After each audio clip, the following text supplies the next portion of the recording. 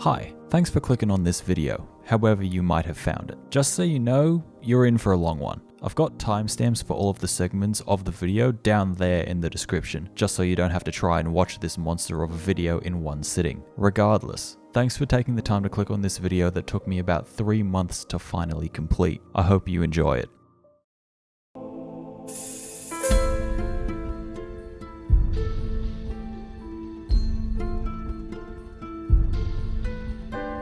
The year 2007. The dev, Ubisoft? The French guys that make those Tom Clancy games. Ubisoft in 2007 also happened to develop a certain very successful and beloved game of back in the day called Prince of Time: Sands of Persia. Hang on, that's not right. Sands of Time was a great game that was touted for its interesting time reversal mechanics and its highly polished movement system. From that dev team, there was a young lad named Patrice, yes, last name, an absolute madman who came up with the idea of a spin-off title involving an assassin protecting a prince with magical powers based in Jerusalem. If you don't know how big of a deal Jerusalem is, let me explain real quick in some grossly slim detail. There's 3 big boys with an important thing inside of Jerusalem, all of which are literally a stone's throw away from one another. Each of these boys doesn't really like sharing such an important space with the others, so they all agree to have a big old scrap that'll destroy the lives of hundreds of thousands of people just so they can say, we own this block. That, in a very bad nutshell, is Jerusalem, one of the most important places in the world, and it should go without saying that if you get offended in this video by the stuff I say, I do not give a shit. Working back to the development of that spin-off I mentioned, the idea of Assassin's Creed started on that premise of protecting a magical prince in the Holy Land, but as time went on, whether due to budgeting restraints or just some slightly more level-headed minds at Ubisoft, the dev team eventually moved towards the darker and more historically accurate version we finally got in 2007. So, let's get into the game. From hitting the start button, you enter into a trippy dreamscape with some old dude whispering in your ear. I applied my heart to know wisdom, and to know madness and folly. I perceived that this also was a chasing of the wind, for in much wisdom is much grief, and he who increaseth knowledge increaseth sorrow. These lines are probably a reference to this name as featured in the Jewish Bible, even if the words have been updated slightly. The guy speaking the words is a character that you meet later in the game. Trust me, he's kind of important, but only kinda. Once you trip out of one scene and into the next, there's a few more people rambling in your ears about shit you don't yet understand, but at least you don't have to wait as long to meet these guys. They pull you out of your trip and you get to meet Warren Vidic and Lucy Stillman, who kindly give you an exposition dump that frames the larger premise of the entire franchise. Warren posits the theory that the reason that animals know where to go and what to do in their lives is because of an inbuilt memory bank of their ancestors that humans can't access without a computer that's big enough to be a chiropractic table. That trippy sequence you were in before is the ancestral memories of Desmond Miles, the dude who's been kidnapped by the larger big bad Abstergo Industries for an as of yet unknown purpose. The reason the prior sequence was a little bit glitchy was because forcing someone to reach into their subconscious to find something you're after doesn't work as well as easing them into opening up about the event. Or if they threw you straight in, there wouldn't be as much of a game. So after a bit of chatting, Lucy loads you back into the Animus. That's the big table thing you get to lay on, by the way. And you load into the tutorial for the game. Once that boring part of the game is done, you unfortunately see an old man get shanked. The one who did the shanking is Altair Inabid Na'ad. If I butchered that pronunciation, sorry, but Twister is not my native tongue. Altair is the titular assassin that you get to play as for the next few hours, backed up by 2 members of his local assassins group. Guild thing. Let's call it a brotherhood. Fun fact about the assassins in this game, they seem to be based off a group called the Hassassin, a little collection of people that practiced that one saying that everyone heard about punching the biggest inmate you can find in prison. From the Caliphates to the Seljuk and Ayyubian empires to the Crusader princes and emirs of the time, no one was safe from these guys' fuckery. One account of such fuckery details the psyching out of a Seljuk viceroy by bribing a servant to leave a dagger embedded in the ground next to the viceroy's bed. The next time the assassin visited, the man was a little bit on edge the next time they came to his house and said, "Hey, fam, if we wanted to hurt you, the dagger wouldn't have been in the ground. The Viceroy quickly signed a non-aggression pact with the assassin soon after this, like the smart man he was. The assassin also apparently followed the Old Man of the Mountain, which I'll definitely be relating back to in this video. Back in the game and not boring history, Altair has a small argument with his two assassin brothers on the tenets of their creed. The two brothers that are here with you are Malik al-Sayf and his actual blood brother, Kadar. Spoilers, only one of them is important, both in this game and the extended story hereafter. This merry band of murderers is searching for some artifacts that their master is interested in, one of which may possibly be under the Temple of Solomon. Safe to say, if the temple is named after an actual dude rather than a deity, he's probably someone important. How important, you ask? This temple may very well be the first full-on temple built in Jerusalem. Yeah, before the Dome of the Rock. Only thing is, no one's been allowed to excavate beneath the Temple Mount because the political situation in Jerusalem is a little bit volatile, so who knows what secrets it may hold. In the game, however, you do find something, which Kadar instantly thinks to be the Ark of the Covenant. The Ark of the Covenant is basically a box for the 10 Commandments. You know, thou shalt not kill and all that, pretty important bits of stone. Here, you get to meet the biggest bad of the historical setting of the game, Robert de Sable, a Frenchman, so at least his voice actor was easy to find. And he's actually based off the legit true-to-life Grandmaster of the Knights Templar, his exact role in the game, which goes for most of the key characters throughout this game's story. They're based off actual historical figures. Altair then forgets one of the key characteristics of what an assassin is and decides to bum rush literally the biggest enemy of his brotherhood. This, naturally, doesn't go too well. After running all the way back from Solomon's temple to Masyaf, the mountain hideaway of your little assassin order, Altair tells his master, Amwalim, that he done messed up, conveniently forgetting to mention that he kinda disregarded the 3 core tenets that he's known since childhood for the sake of completing a mission for the glory of it. Yeah, Altair can be a bit of a dick at the start of the game. Right on cue, as if triggered by some underlying system in place to make sure certain things happen at certain times, Malik appears out of nowhere, a slight bit more bloody than the last time you saw him and missing a brother, and cluing you in that a micro army of Templars follow him back to the village, all because Altair was a dickhead. So it's go time. You run down to the village to free some of the trapped villagers, which, going off the prisoner of war track record for the Crusades, was probably for the best. Here you get a mini taste of the combat system that you'll be saddled with for the rest of the game, and this is going to be said more than once in the video, so let's get started. The counter kill breaks the fucking game. If there is one thing I can point to that ruins the experience of the larger game, it'd be this one combat mechanic. Having this counter kill move doesn't do the combat any favors at all, and instead makes the combat one of the most mundane and shit experiences to plague the fucking series. But more on that later. Once you run through a few bodies and see a very big horde of angry boys coming at you, the game skips back to the main fort of Masyaf, which wouldn't last more than a month in a legit siege. Why? Cause this bitch doesn't have anywhere near enough room to grow crops for an entire village, and this place will get cramped really quick, so any sort of medieval disease would have a field day in this place. You pull some plot-determined wizardry to continue the game and save the entire village from a Templar horde that Altair probably could have taken himself, especially with the player controlling him, cause if I haven't said it before, just for the people in the back, the counter kill ruins the fucking game. For his act of destroying the enemy, Amwalim gives Altair a little pep talk and disciplinary stabbing. These are the medieval times after all, back when you could punt a kid across the town and not feel bad about it. After your kick back into the body of Desmond for the modern day plot to catch up and develop the world and core characters a bit more. You've just finished the prologue for the game. This process is about to be repeated for its entirety. For one reason or another, you'll be forced to leave the Animus at certain key junctions of the game, whether that's Desmond needing time to rest between sessions, or the Animus itself being a fucking princess. I don't want to work anymore.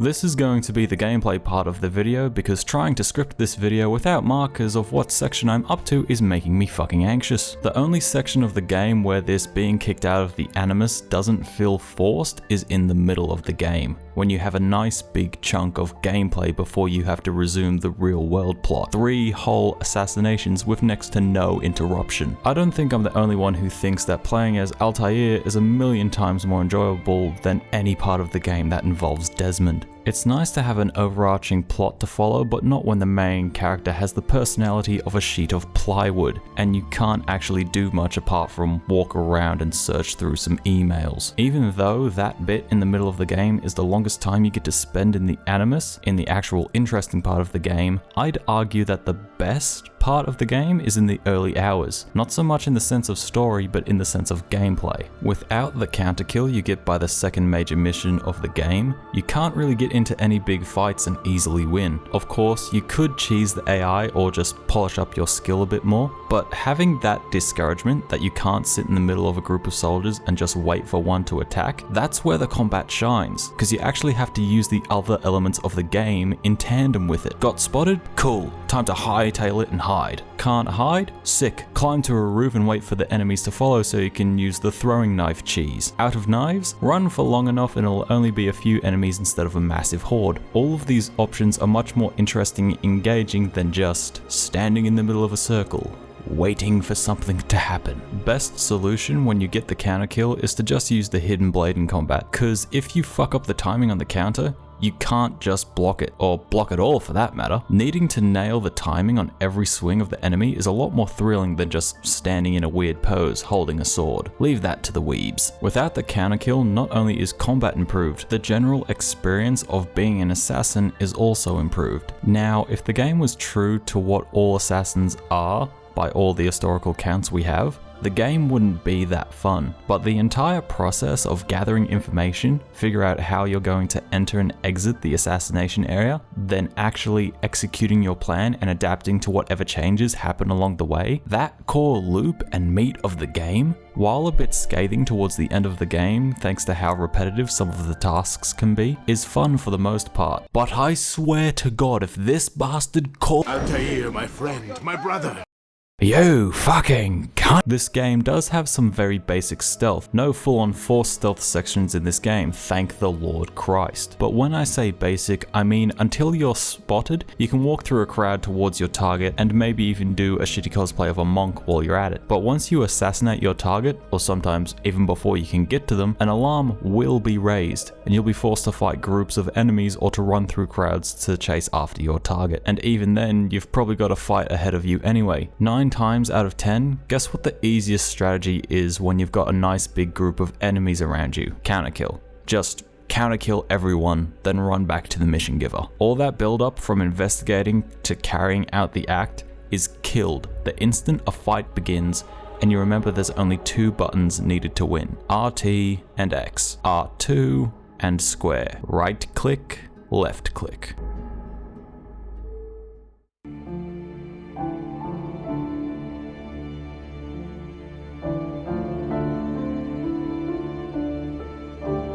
Moving on from the biggest grudge a man's ever had on a game mechanic, I'm going to talk about the story. So if you haven't seen or played this 12-year-old game, skip to here.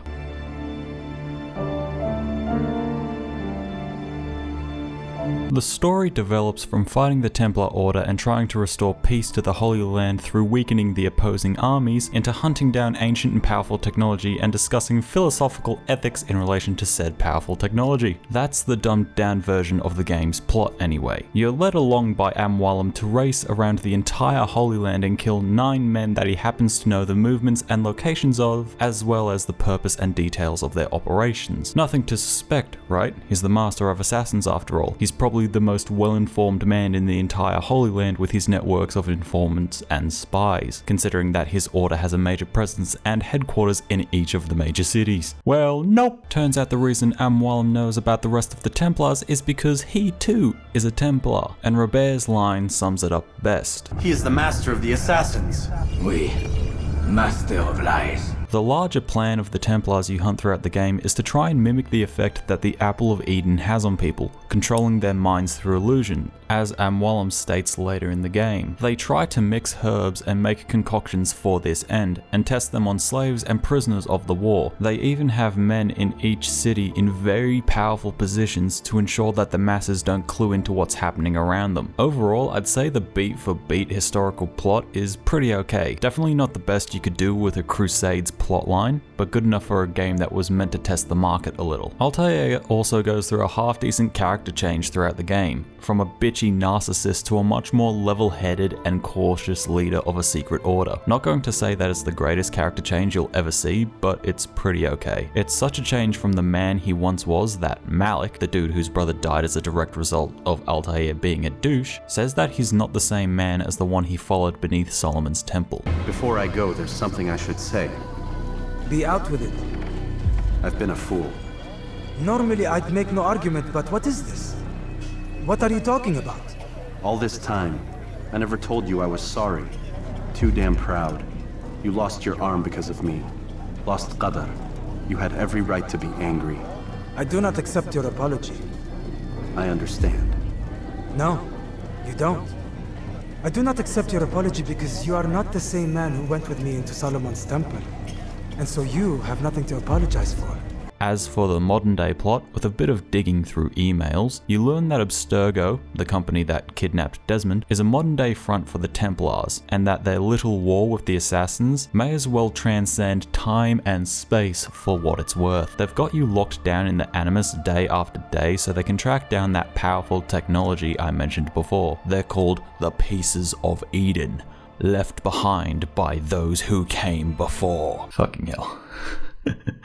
Digging through the emails will clue you in that there's someone inside Abstergo that's on your side, as well as tipping you off that if Abstergo finds the Pieces of Eden, they intend to mount them on satellites and indoctrinate the world. Pretty obvious who the big bads are, isn't it? The core conflict of this game and series is that the assassins believe that personal freedom should be preserved at all costs, even at the expense of massive amounts of human life, because people can never truly set aside their differences for the sake of living in harmony. The Templars wish to use the Pieces of Eden to control the masses into submitting to their will, basically forcing everyone to be peaceful at the cost of individuality and freedom as a concept. A war of two extremes is always interesting, especially when both sides are willing to throw out any sort of rational thought when it comes to body count, provided that the writers can handle the premise properly, and let's just say that its full potential isn't realized. It does stumble more than a few times, but overall it's done well enough that you can ask yourself the question of which side you agree with more,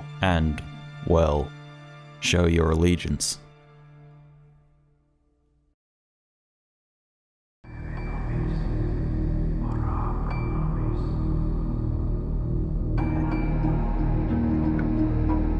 One part of the game I think is often forgotten is the soundtrack, composed by Jesper Kid. I'm sorry if I butchered your name, my dude. While I agree that it's not the most attention-grabbing music I've ever heard, because nothing will top the Doom soundtrack for a while yet, all of the music fits perfectly with the game and adds more to its atmosphere. When I talk about atmosphere in games, I'm talking about how the visuals and sound blend together in such a way that it convinces me that whatever environment I'm in could be a legit place. Now you'd probably say that, of course it's easy to be immersed in this game, because all of the locations are real. Yes, but they aren't like this, right now. I'm talking in the moment of the game, in that little sliver of time that they've tried to capture and present to you wholeheartedly. And the soundtrack brings it home for Assassin's Creed. Each of the major cities has its own unique theme that I think fully fits, based off everything I know about the cities and what the game shows you. Damascus has the tune of heavy drums and the classic Arabian flute to match the city's more commerce-focused feel.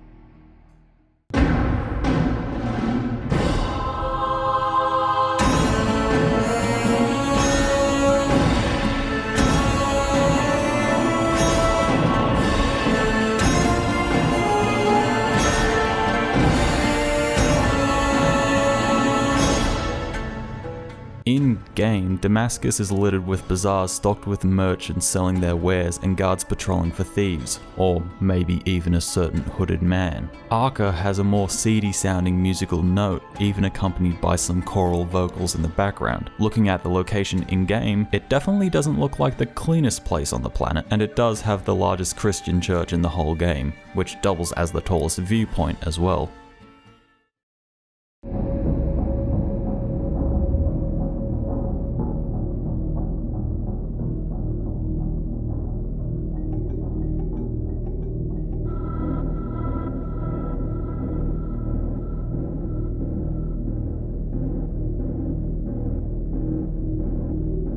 It also sounds a bit cautious, like a tired assassin looking over his shoulder just to make sure that that thug isn't going for his purse. Finally, you have Jerusalem. Considering that the track begins with some swooping, albeit quiet, choral vocals, that definitely matches the holy site that this city is and has been seen as for as long as we've known about it.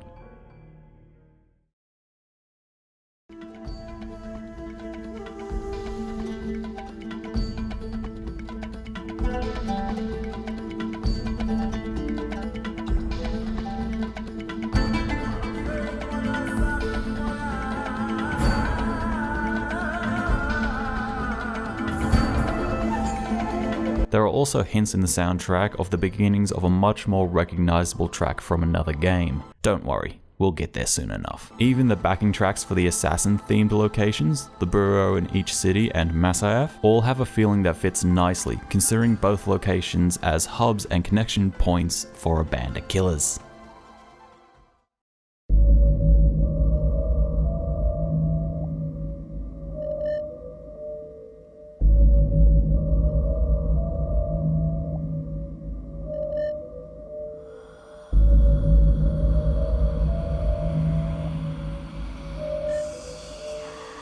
Summing up, the music is good, not out of this world good, but it's the largest piece in the puzzle trying to immerse the player in this world that the developers have created.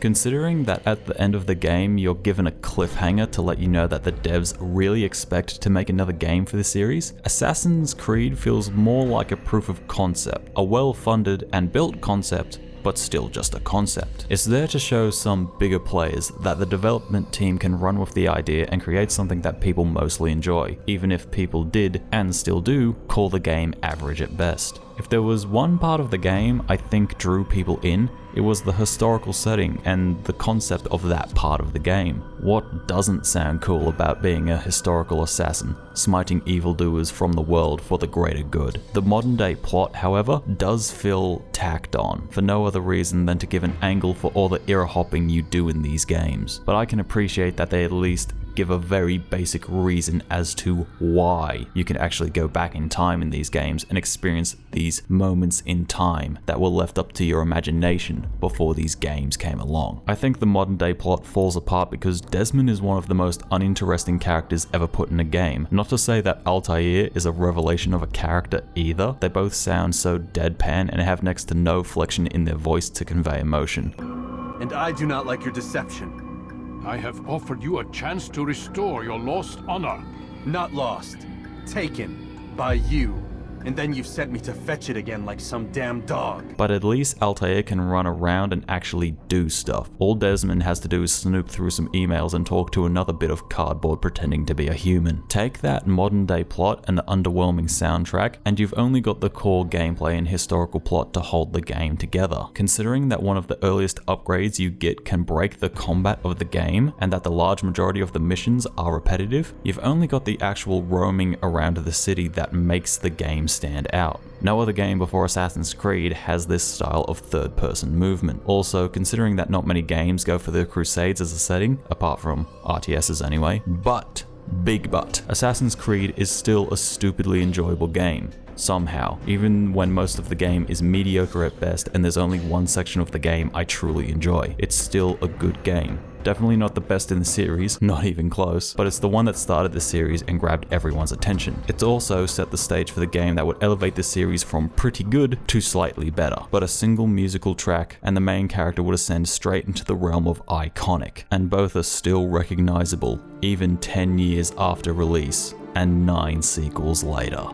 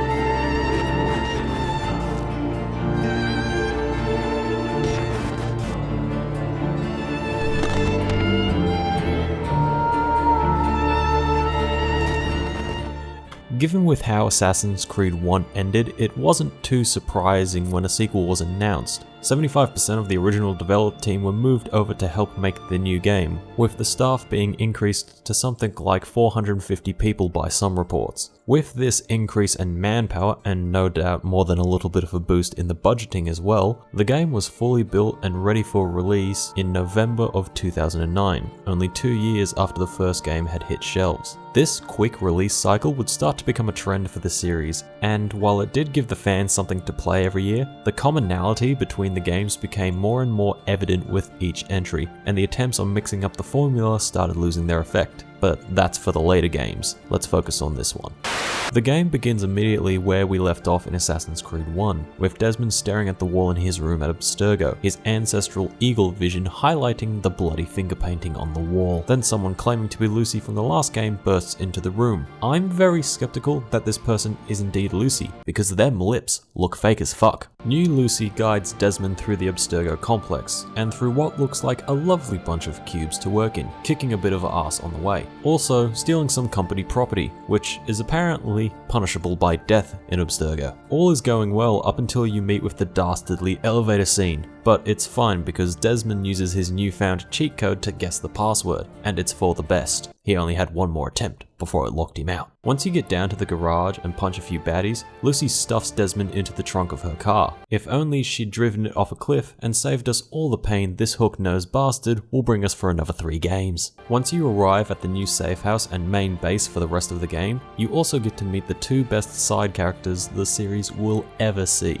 Rachel and Sean. These guys are basically the comedic relief for this game, and the modern day plot would be a hollow shell without them. Oh, they're also assassins, for what it's worth. Once you have a little bit of banter with the crew, you get to jump into the new Animus. I hope you like the look of it, because it's going to be the main workhorse for the remaining Desmond games. Lucy also gives Rachel the memory core of the old Animus, which is an incredibly minor plot point that links Desmond to the mysterious Subject 16, and also lets you play the best main character the series has seen so far. That main character would be Ezio Auditore da Firenze. Simply put, one of the best characters ever, both in terms of character growth and just being a very likable main character as well. The first scene where you actually meet Ezio probably shows off his character the best. He rallies his boys, insults this little shit of a main antagonist, and then you get into a good old scrap to find out who the better man is. Of course, the Auditore boys win. Oh, and his brother turns up randomly as well. Don't worry, he's not important. He won't be here for long. Once you finish your scrap, you follow your brother to a local doctor who's wearing an old medieval plague mask, which looks like a beak because this thing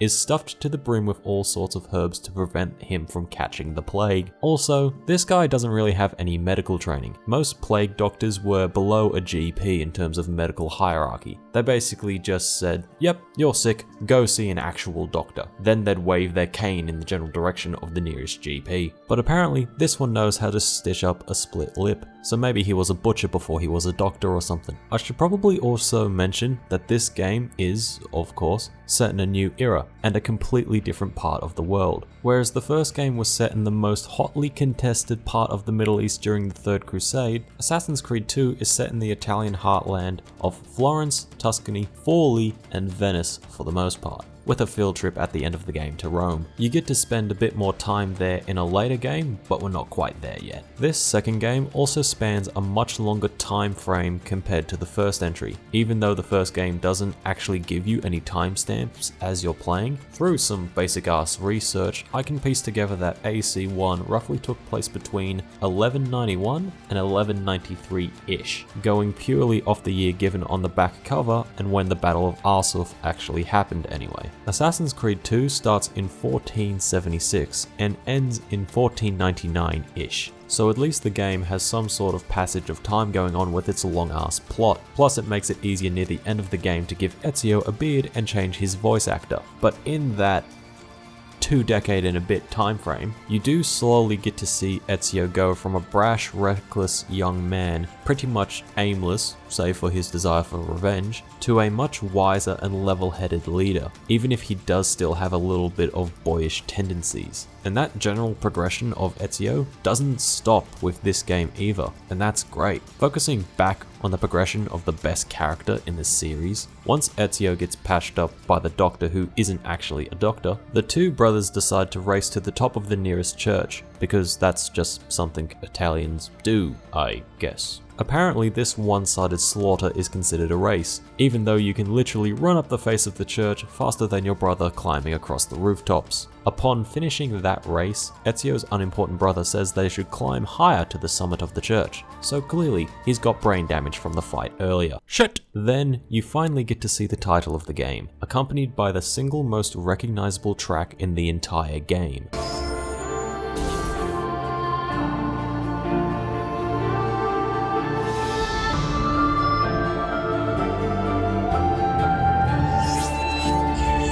There's not a whole lot of flair in this title card, and maybe that's why everyone remembers it so well. Or maybe it's just that this entire sequence of events is the best introduction to a character and game that we've seen for a while. I mean, sure, you had to play through a section with Desmond to get there, but even your mum had to take a dick before she pushed you out. That's a compliment if you think about it.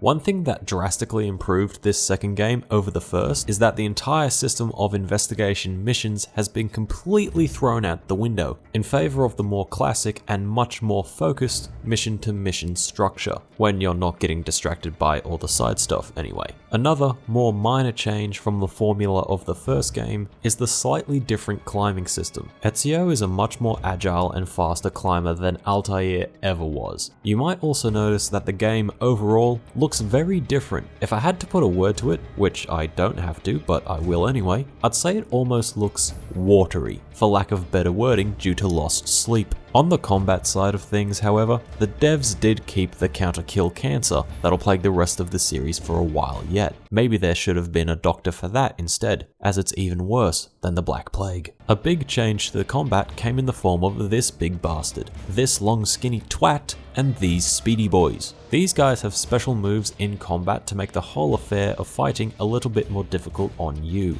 The big bastards can slap your weapon and leave you unarmed. The long boys can trip you up and leave you open. Speedy boys, however, can only dodge every swing you take at them. But guess how you can deal with all these new opponents? counter kills, but unarmed. In this game, that counts as disarming the enemy, which leaves them open for an attack, guaranteeing a kill before you start your normal cycle of waiting for someone to attack and being an untouchable god. The larger weapon of the big bastards have all new animations for the counter kill and combo attacks, and I suppose they're kinda balanced with the standard arsenal, considering that you can't permanently wield one. And once you actually counter with the larger weapons, or the spear, you lose that weapon for the rest of the fight. Shoutouts to that awesome spear counter for the big boys. Aside from those few additions to the combat, it largely stays the same. Other changes to the gameplay come in the form of the assassination contracts, races, courier, and beat-up missions. They serve as nothing else other than a method to make money for the player so that they can go buy more gear as the game goes on. You also unlock different weapons and equipment as the game rolls along, the best of which is probably the fact you get a second hidden blade, and also some context-based assassinations, which would have been more than welcome in the first game, but sequels are what improvements are meant for, right? The contextual assassinations open up the game for the player to get a little bit more creative when playing, and just make the game a lot easier as a whole. Other weapons include the addition of blunt weapons, such as maces and a hammer, all of which come with, yet again, a completely new set of animations for combat. And just saying, if you've ever knocked your tailbone, you can appreciate the pain of this one. But all other weapons pale in comparison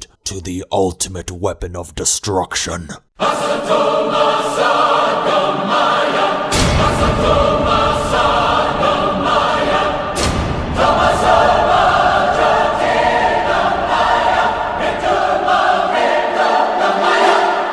The actual best weapon is the Sword of Altair. Just like the Armor of Altair, it can only be obtained in the late game, and you need a fat wad of cash to buy it. Thankfully, the process of getting the necessary bits and pieces to unlock that best armor in the game in itself is a fun enough exercise to distract you for a while, and they're spaced out well enough in the game that they don't become too boring too quickly. Linking back to the 2 hidden blades part of this script, you can now fully block and parry attacks with the hidden blades in combat, unlike the first game. This doesn't solve the biggest problem the game has, however, because, just like in the first game, the counter kill ruins everything. Music break. Hang on, I wasn't meant to read that.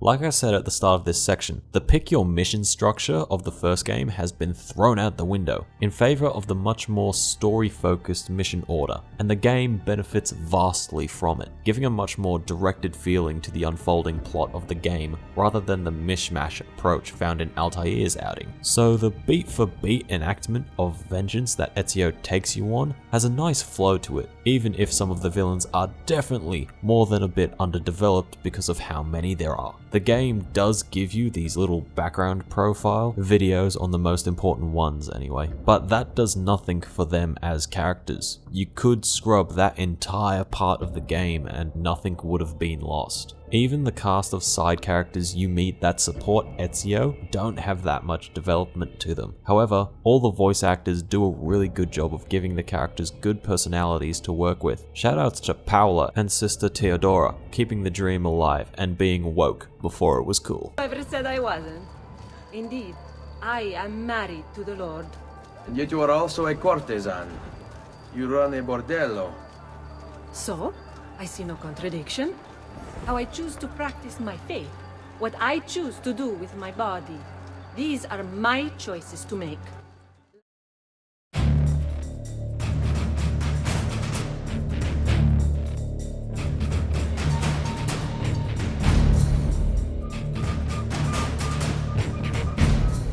The soundtrack is a vast improvement from what Jesper did in the first game. For one, it's about an hour longer than the first games, but it maintains the top quality immersive feeling that was present in Kid's first outing with the series. Kid also made more than a few themes for the 2 major cities in-game, and I still think he's nailed having a score that fits the feeling of each city. Seeing as there's a lot more than one track for each city, I'm just going to choose the best example for them. The Florence tracks reflect how the city was seen as a bustling commercial center at the time, and why it also doubles up as one of the big locations for the Renaissance itself. It also has a carnival feeling to the music, which would probably suit the amount of partying and debauchery that would have taken place in such a wealthy city.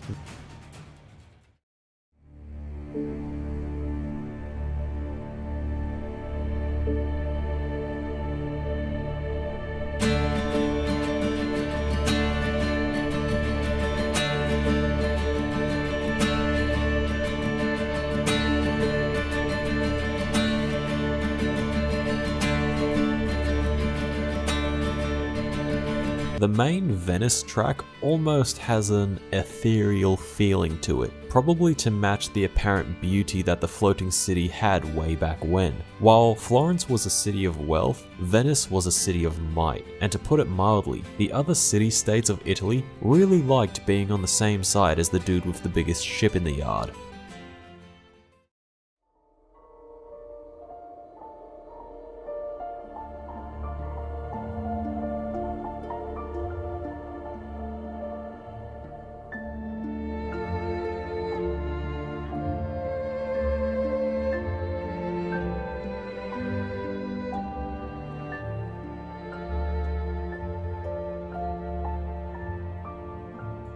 Sadly, neither Tuscany nor Forlì has a dedicated track listing in the soundtrack, but the Madames of the Brothels do.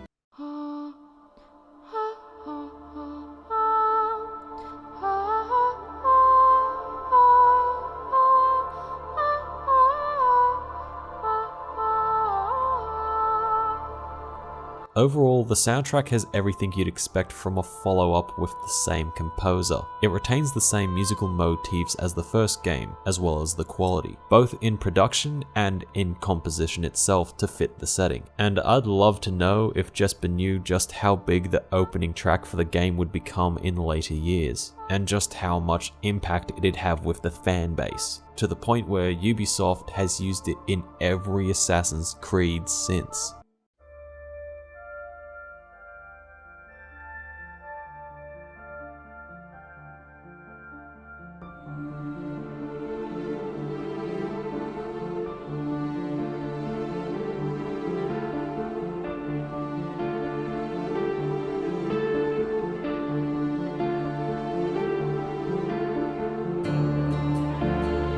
Ezio's family, quite simply put, is one of the most iconic musical cues to come from gaming as a whole since its inception. As soon as you hear those telltale notes, you know you're deep into an Assassin's Creed game. It's like the classic Battlefield noise, or that bloody Final Fantasy victory tune, or Link's chest opening jingle.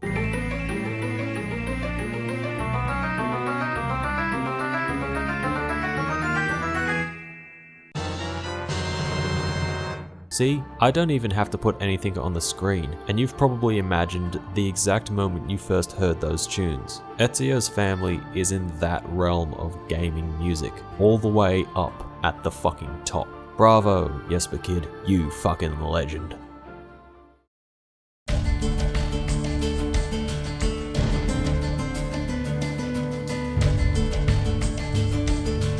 If you don't like knowing what happens in old-ass video games, skip to here. Thank you, Bane. Like I've said a few times already, this game is about revenge, and learning that vengeance alone doesn't make the world spin. There's more often than not bigger things to fight for than petty revenge killings on the people you hate the most. And that's something that comes up again and again in the game as you play through it. When you finally kill Vieri de Pazzi, Ezio has this little breakdown. Di merda! Vorrei solo che avessi sofferto di più! Hai avuto la fine che meritavi! Spero che Enough, Ezio! Show some respect. Respect? After all that's happened, do you think he would have shown either of us such kindness? You are not Fieri. Do not become him. And that line from Mario is more than just the experienced uncle giving his brash nephew some advice. Consider also that Ezio stabs his first victim 3 times in the chest with a weapon designed to end someone's life in one. These are not the actions of a level-headed man fighting for the greater good. This is a young man who's just lost the people he loves and finally has a chance to get some self-made justice. Tenets of the creed and the greater freedom of the human race be damned. This lad just wants to kill the people who've harmed his family. Now, if this was me in real life, I'd probably go a bit kill crazy too. But when you've got saving the world to do, personal vendettas must be kicked to the curb in favor of the masses. But I ain't here to make philosophical statements, boy. I'm here to make a fucking video. Like I said in the gameplay section, the more focused mission structure helps the story greatly. You feel like you're slowly working your way through the entire Templar hierarchy over many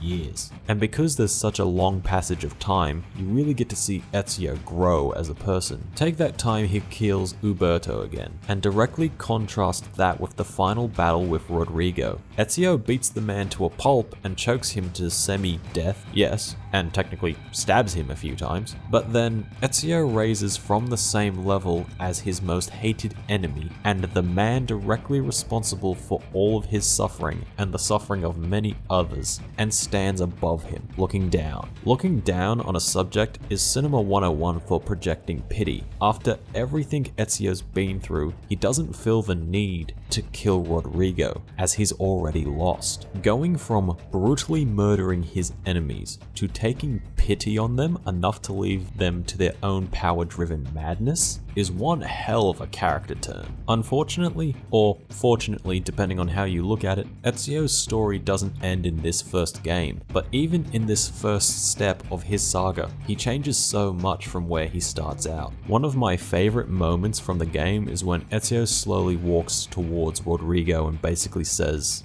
"Let's settle this like men." I also think it's pretty poetic that when you're introduced to Ezio, it's with a fist fight, and the final scene of his first outing in the series ends with one too. You can't tell me that shit wasn't planned. Also, while we're here, Katarina is the best damn MILF ever. I think I'm going to miss you, Katarina. Oh, I know you will. Good lord, don't play with me, woman! The actual plot of the game details Ezio systematically hunting down the people who ruined his happy pretty boy life, being helped along by a whole bunch of people who are secretly teaching him the ways of the creed. Paola and Teodora teach Ezio how to become invisible in a crowd and use the natural flow of people moving to advance on his targets unnoticed. La Volpe and Antonio teach Ezio the art of infiltration and information gathering, and help out infiltrating some of the most heavily protected buildings in the game. Mario and the big dude teach Ezio how to fight good, and obviously help him out with the muscle that assassinations need to succeed sometimes. And much like in the first game, there are key events throughout the game that are mirrored by actual historical events. The biggest ones being, from memory, the bonfire of the Vanities, where a crazy monk just told people to randomly start burning heretical paintings, books, scrolls, and all that. You hunt down said monk and his lieutenants in the game, and get to see one of Ezio's better moments throughout the game as a trade-off. 22 years ago, I stood where I stand now, and watched my loved ones die, betrayed by those I had called friends. Vengeance clouded my mind. It would have consumed me, were it not for the wisdom of a few strangers, who taught me to look past my instincts. They never preached answers, but guided me to learn from myself. As a quick side note, they also introduced the springboards in this part of the game, which only appear in this one memory and never show up again anywhere in the series. Useless mechanic is useless. The only other major event that comes to mind is the Venetian Carnival, an annual event that still goes on today, with the most famous aspect of this carnival being the mask that everyone gets to wear as long as the carnival is happening. The game actually ties this in by making you permanently anonymous so long as you're playing that part of the game. Not having a face in a sea of faceless people, in a time when the only people staying at home would be the sick and weary, would have made it really easy for an assassin to escape any fight he was in and hide from the authorities, and maybe just kill the most powerful man in the city on the same night. Going back to the actual plot, it does largely revolve around hunting down the conspiracy members throughout the country, but later on in the game it becomes more about finding the Apple of Eden so you can stop Rodrigo from getting his hands on it and enacting whatever plan he has. It does feel like that part of the game comes completely out of left field, but seeing as most people will and did play the first game before this one, you would have seen that coming at some stage from the start of the game. As for how the modern day plot fares, Desmond starts to experience what's called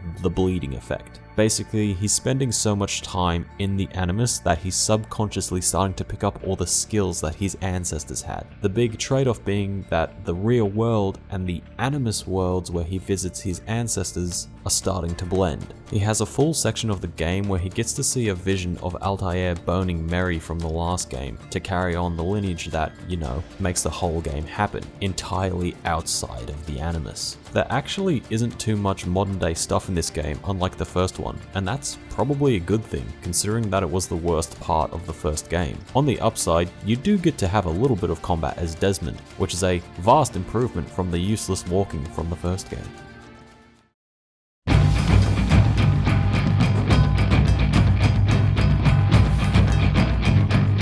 Comparing Assassin's Creed 1 to 2 is a bit unfair, honestly. On one hand, you've got a decent enough game that has good moments throughout its runtime, but as I said in the first part of the video, the only leg that the first game has to stand on is in the early hours of the game when the gameplay and immersion are at their highest. Whereas, on the other hand, you've got a game that possibly has one of the best introductions to a main character that's ever been put in a game, a refined traversal system that makes actually moving throughout the game a lot more fun than the first, a much more focused mission structure to deliver a much more well-written and entertaining story, a single piece of music that managed to break through the barrier and ascend straight to the heights of gaming tunes and jingles, and one of the best multi-game characters that we've ever seen. One so good that Ubisoft tried to capture the same charm this character carried with him for another 4 games before they finally scrapped that idea. But it would appear that Ubisoft believes in the old saying, once you've got a good thing,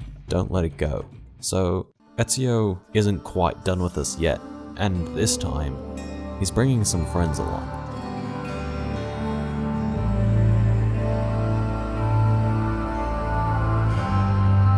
ليش وكان مطلق كل ممكن. The wisdom of our creed is revealed through these words. We work in the dark to serve the light. We are assassins.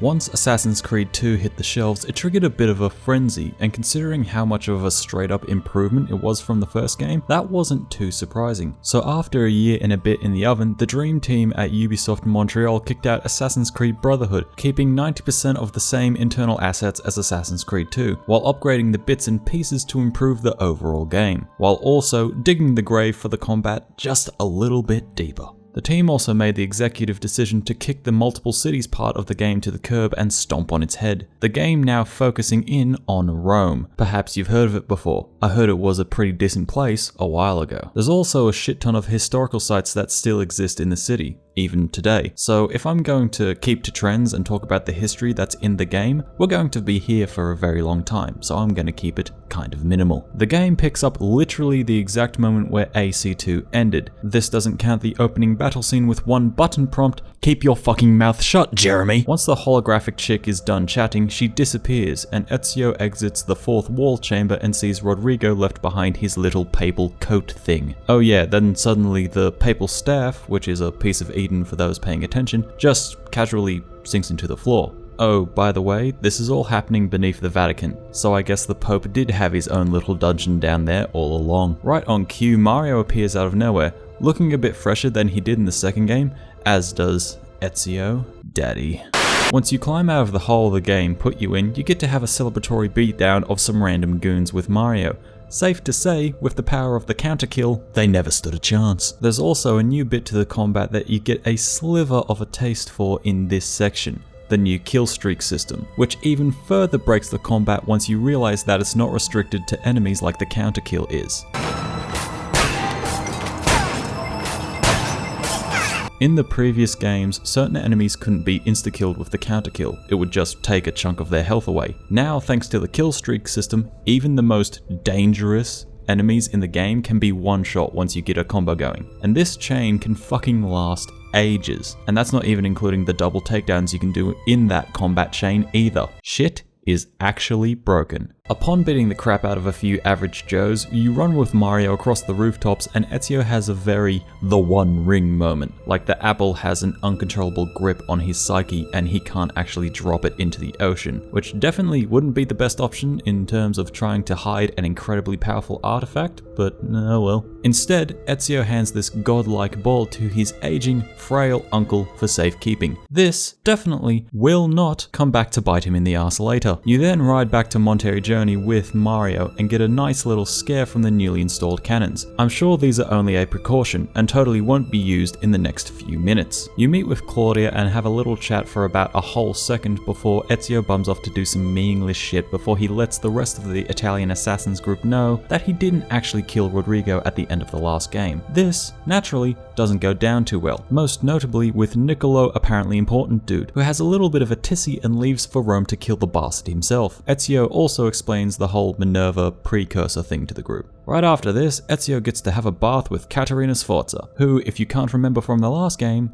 is the best MILF. I'll take this moment to quickly touch on the fact that Caterina mentions the Papal Army, which should actually be called the Pontifical Swiss Guard, as the actual army of the Papal States was largely made up of mercenaries. Hell, even this Swiss Guard that we're talking about, they used to be mercenaries before they were the bodyguards of the Pope himself. Although the actual guard itself was formed about 30 years before the game started, Pope Alexander VI, that's Rodrigo by the way, did use the guard during the Italian Wars, in which these Swiss boys were used largely in the front lines, because if you can survive the front lines of a medieval war, I guess you can look after some really old dude that likes little boys. Oh yeah, and the guard is only supposed to have about 134 members, probably because Ezio just went ahead and thinned the herd a little bit. Flicking back to the game, shock! Horror! Turns out not killing the big bad from the last game has in fact come back to bite Ezio in the ass. Ouch. So Ezio goes full main character and almost single-handedly destroys most of the Papal Army, and he probably would have if the bloody cannon didn't randomly break. This is where the game shows off its new combat mechanic again, by giving you some meaninglessly easy enemies to just run through to the next cutscene. This trend of the combat being a fucking joke will now persist for the rest of the franchise. I already thought that having the counter kill as a thing that exists in the game was a bad enough start. Now they've added something that can one-shot literally every type of enemy in the game, and can be used with such fluidity that every single combat encounter has now gone from counter-killing everyone to pressing a single fucking button at the correct time. I hate this. No need for flowery wording here. This addition is absolute fucking trash. Cesare Borgia seems to agree with me because he ices Mario without a second thought for such a heretical act, and steals Caterina as a bonus. Ezio also takes about 3 pre-casing bullets, which probably should have killed him, but half the falls he's taken should have reduced his needs to dust anyway, so whatever. After you get into a few more fights as Monterey Journey completely falls apart, and save Claudia, Ezio starts riding out to Rome in pursuit of Niccolo, but not before telling a peculiar man that was about to abandon him exactly where the escape route out of the villa leads to. After riding a horse for a bit, Ezio realizes that blood loss is a thing he can suffer from, and falls off his horse, which, just quietly, having experienced that myself, doesn't tickle too much. The game then kicks you out of the body of Ezio and introduces you to Desmond again, the worst hook-nosed mistake that was never aborted, now complete with a nude shirt and tattoo.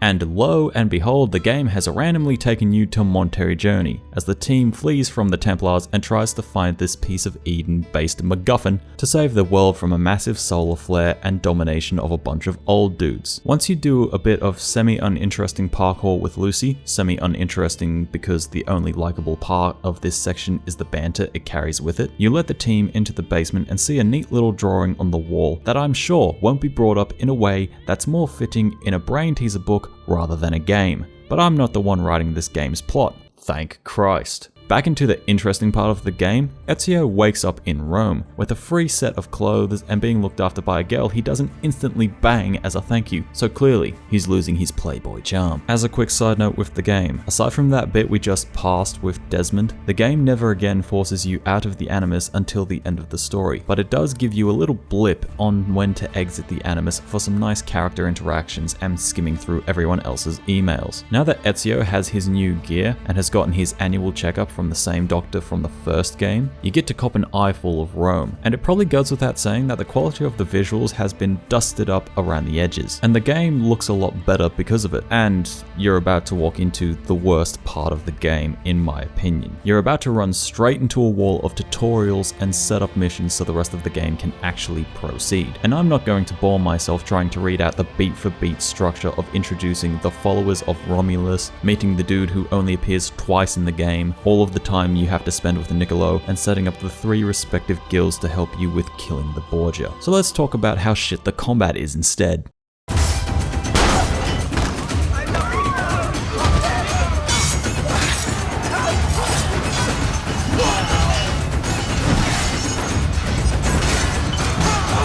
As I said before, because the dev team had the genius level idea of adding the killstreak mechanic, the actual combat of the game is brain dead boring. The only noteworthy addition in that regard is the fact that both the dagger and the sword/maces have an alternate fire mode. You can launch a bunch of throwing knives if you're holding a dagger, and you can fire the wrist-mounted cannon with the sword, which generally makes kills outside of combat much easier as well. Other additions to the combat come in the form of a crossbow, a hard-hitting stealth weapon that makes the throwing knives obsolete. You can now also permanently equip heavy weapons, such as the claymores and axes as seen in Assassin's Creed 2, although you do need an upgrade for that, so it kind of balances out, I guess. Stripping the weapons from the spear boys and big boys also have new moves. A little spinny move for the spear that takes a bit for the game to catch up to sometimes, and a move to just yeet the heavy weapon at whichever poor bastard is about to have a very bad headache. No! God, please, no! No! No! The biggest addition to the game as a whole would be part of the initial title, the fact that you get to build up your own Brotherhood of Assassins from the ground up in Rome itself, recruiting average chums off the street and turning them into absolute cold-blooded murderers, and sending them off to missions around Europe. It serves a nice purpose inside of the narrative of the game, and it tickles the proud father part of my brain to see the little shits make something of themselves. But apart from that, and calling your boys inside of a mission as a panic button, it doesn't serve any real purpose. There's also a shit ton more mission types in this game. Between the main story missions, Leonardo war machines, the other Leonardo missions, assassin, thief, courtesan contracts, and the Abstergo agents, as well as the followers of Romulus missions, plus all the Christina missions, and the bloody Subject 16 decryption stuff. If that sounds like a lot, that's because it is. You can take this as the beginnings of the checklist gameplay that Ubisoft is now very much known for. The missions I'd say are the most necessary are of course the main missions, the followers of Romulus for the best armor in the game, the Leonardo missions because you get to look out for your boy, and the Christina missions because they are literally the best missions you can play as Ezio. They give him some more character development on top of all the growth you saw in Assassin's Creed 2. They don't go for that long and aren't anything close to hard, but the straight up quality of the missions from a character perspective makes them my favorite of the entire game. The only other extremely minor additions that I can think of are the parachutes that are so useless I don't even have footage for them. The new firing poison needles upgrade, which is only for people who needed to use the poison needle for maximum sync, and also a new jump from horseback as well as an assassination when you're chasing down someone else. Also, you can invest in the city's shops and bring Rome back to life. The obvious benefit is that you get a shit ton of money to spend on your equipment. Aside from those additions and the massive increase of mission types, the game is more or less the same as Assassin's Creed 2, but only taking place in one city. A city extremely rich in history, granted, but you need to read the database entries for all that, and even then, they don't give full justice to some of the sites in the city. The game did also come with a rather out of left field multiplayer option, one that both tied into the modern day plot and was pretty fun to play in its own right. Only sad thing is, the servers are beyond dead at this point, so I couldn't really grab any footage for it and show off the higher end gear that I remember grabbing when the game first came out. Anyway, let's talk about the music.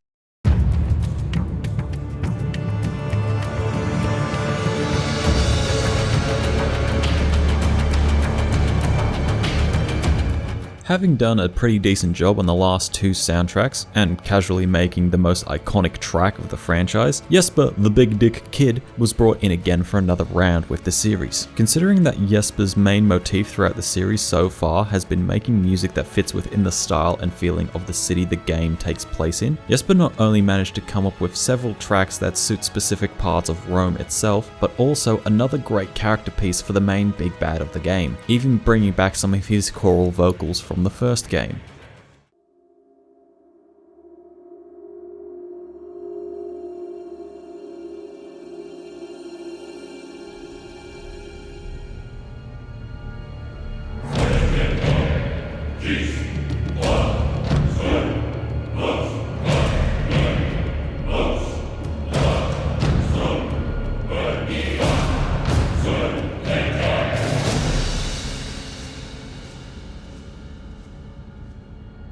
If there was ever a track for the Assassin's Creed games that was made to embody the villain, it's this one. Granted, I haven't listened to the other game's soundtracks yet, but we're getting there. The soundtrack as a whole for this entry sounds a lot more dangerous, for complete lack of better wording from me. All of the songs, barring maybe one, have a much stronger presence of strong brass instruments to give the track a bit more of an aggressive body. Not in the same sort of aggressive you get from listening to metal music for hours on end, but a lot more aggressive than orchestral instruments would normally sound. Part of that would also be due to the much deeper drums you can hear in the soundtrack, but I'd still put the majority of it down to the brass section. But here's a track that uses just a bit of the brass section to give the track the bump it needs.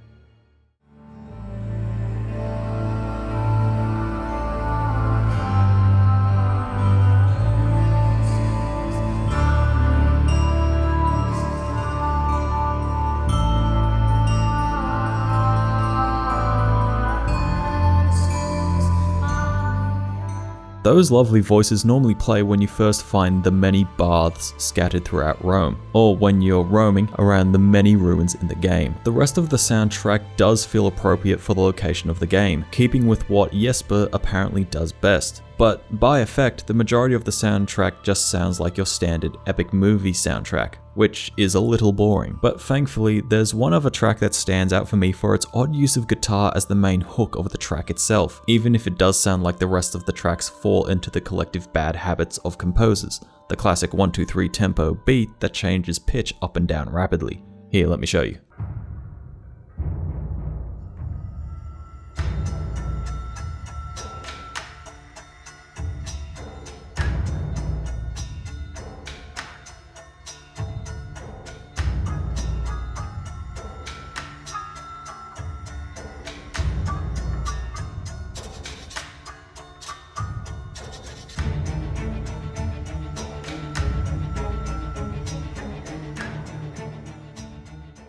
See what I mean? Kind of? No? That's fine. So the final takeaway from the soundtrack is that while Jesper definitely does what he normally does and creates a soundtrack to fit the location of the game, a lot of it sounds pretty generic at this point. Not to say that it's of bad quality at all. The raw audio files are excellent, but when you don't take risks with the music itself, unless you've got a moment like the title card from the last game, no one's going to notice how great the track is without it being dummy sorts of good. Still, having it in my editing playlist for the few oddball tracks that I like, it's still good shit.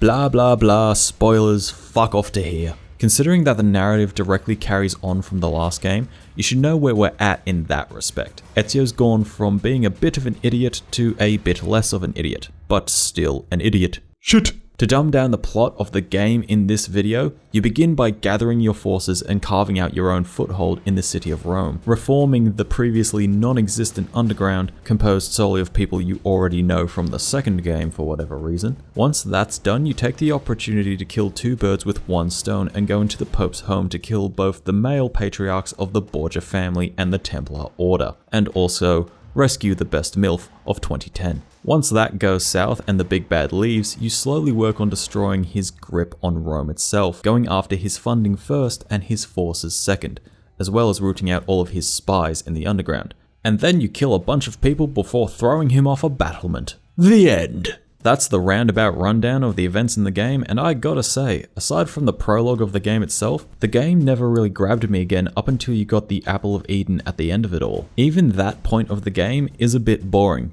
because you're so overpowered that none of the enemy troops can even touch you. Plus the fact that you can only use one ability while you have such a powerful artifact is more than a little bit bullshit. That whole end of the game once Cesare gets back to Rome feels rushed. If Cesare never really left Rome but constantly tried to combat your actions by increasing the bodyguard presence around his allies and maybe killing off a few of your friends, aside from Mario at the start of the game, that might have made him seem like a more threatening villain. Credit where it's due though. Cesare's voice actor knocked it out of the park considering how little screen time he actually gets.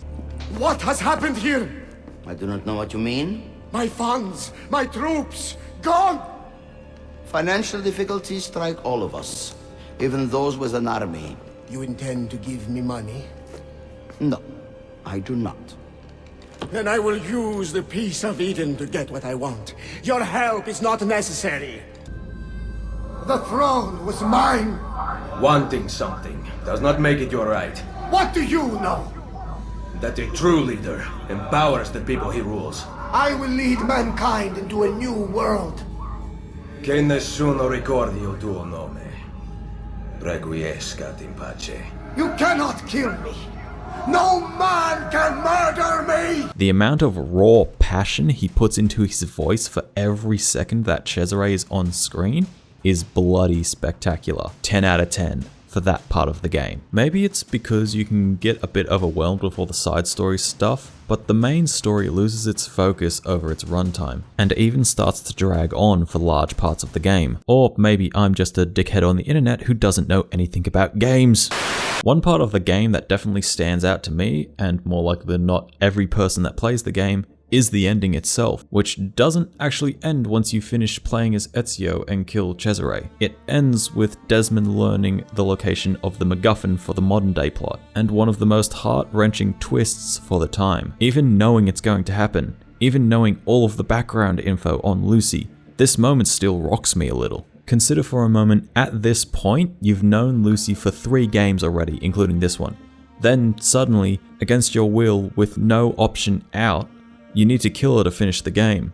Later on you find out that it was for a good reason, but in the moment, it's a bit confronting. The one person who's been there since the start of the series, the one person who was always on your side, that's saved your life twice, you were just forced to stab them. Then the credits roll without any closure at all. Even in the lead up to that moment, you aren't given anything at all to suspect what's going to happen once you finally get the apple and finish the game. That's how you give people a good cliffhanger that leaves them waiting for the next installment.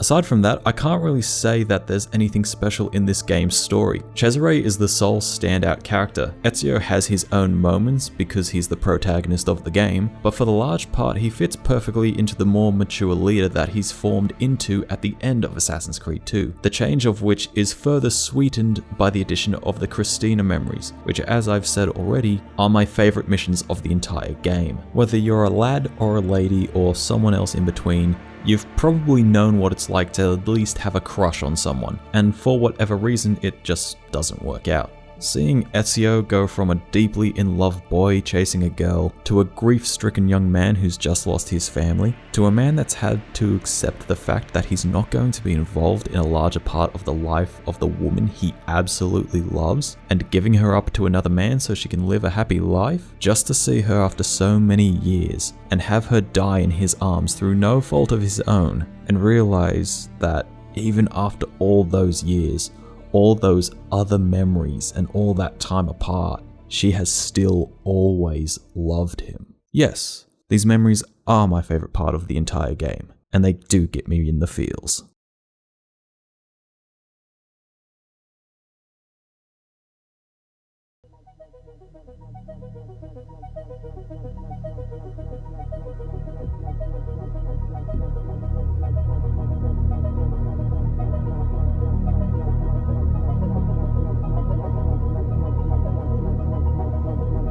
For the larger part of the game, AC Brotherhood doesn't really do anything outstanding to truly separate itself from the other games so far. The graphics have a nice touch up to make everything look a little bit nicer. The soundtrack has a much more aggressive feel to it, while keeping with the immersive motif that Jesper has pretty much nailed at this point, but at the cost of a lot of the soundtrack sounding rather generic, with only a few tracks being stand out. As far as the gameplay is concerned, the combat has been pushed even deeper into the ground in terms of engagement. The addition of the Brotherhood mechanic is a nice touch, but largely doesn't do too much apart from giving you a very helpful panic button. The numerous different mission types is overwhelming to the point of I don't have time for this shit. But thankfully, the most personal side missions do provide a good, short distraction from the uneventful main story. Uneventful up until the very end of the narrative, however. That caps off the game with what is still one of the better cliffhangers that's happened in the last decade, even at the cost of extending the overall series, and the time we need to spend with Desmond to see this whole saving the world angle through to the end.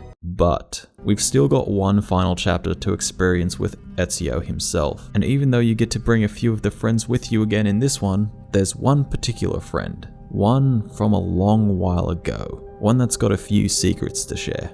It's about time we catch up with the bird. Just one last time.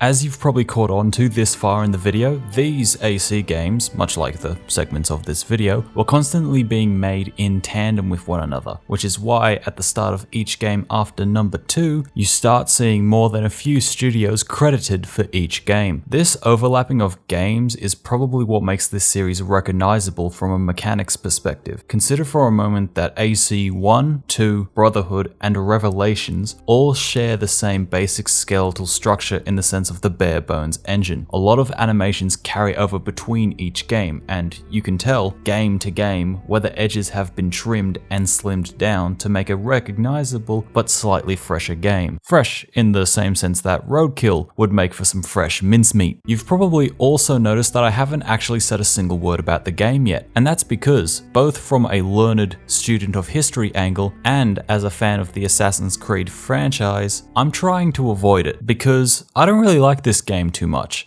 And I don't know a whole lot about the time period and the area of the world it's set in. So after a few days of textbook reading and more than a few shots of whiskey convincing myself that I'll probably enjoy this game a bit more now, I went ahead and played the game. I should also state this right now, the last 3 games were all played on my PC, and we're about to jump back to the original version of Revelations on my Xbox 360. I apologize to any FPS snobs in the back, you're gonna have to deal with this as much as everyone else, you fucking plebs. With that out of the way and more than a healthy amount of grog in my system, I made my way into the games room.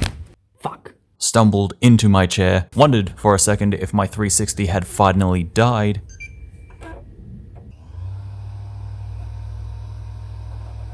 Well, I think we're about to take off. And started up Assassin's Creed Revelations.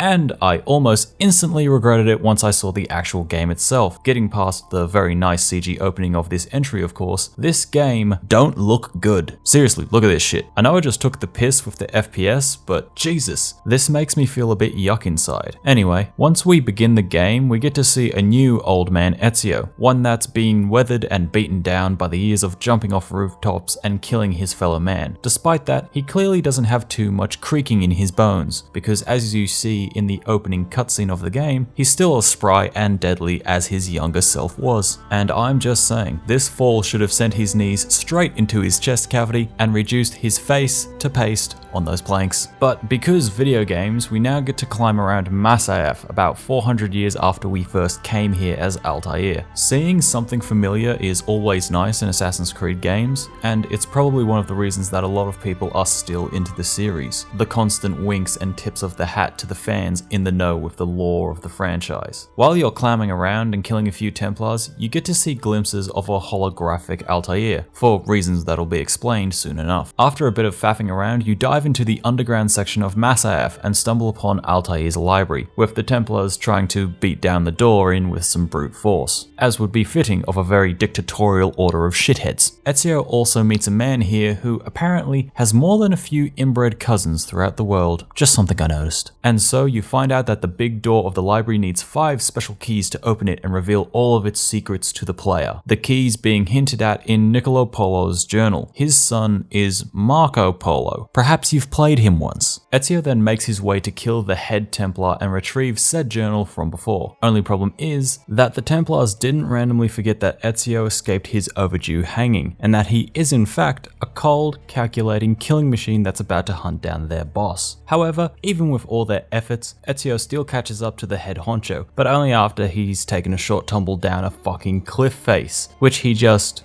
dusts off, as you fucking do.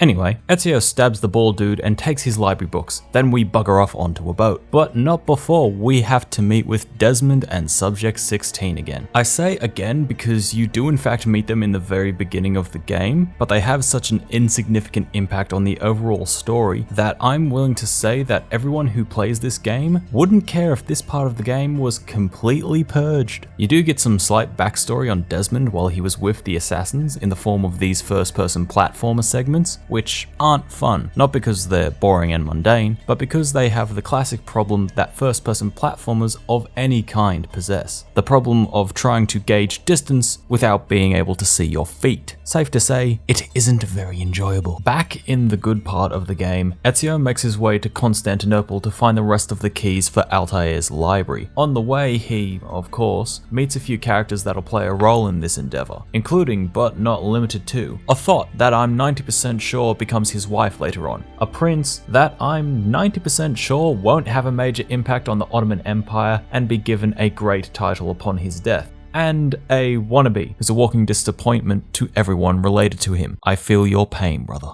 One thing I did actually have to research myself, because curiosity is a bitch, was the difference between the Ottoman and Byzantine empires. The young lad you meet early in the game is part of the Ottoman Empire, which originated in the declining Seljuk Sultanate of Rum in the late 1300s. And when a badass named Mehmed II came to power, he just casually went ahead and conquered Constantinople when he was only 21. The Byzantine Empire, however, is basically the leftovers from ye old Roman times. Another name you might hear for them is the Western Roman Empire, which ties it back to one of the longest standing cities and cultures that's ever been seen on the planet. Also, just before we get to the title card, there's 3 different names for Constantinople, technically 4 depending who you ask: Byzantium, Constantinople, Constantine, and Istanbul. Anyway, after you kinda meet all the characters for the game and have some basic ass tutorials with Yusuf, this is normally where the game would throw up its title card. This game doesn't do that, so I'm going to do it myself and move on to the next part of this script.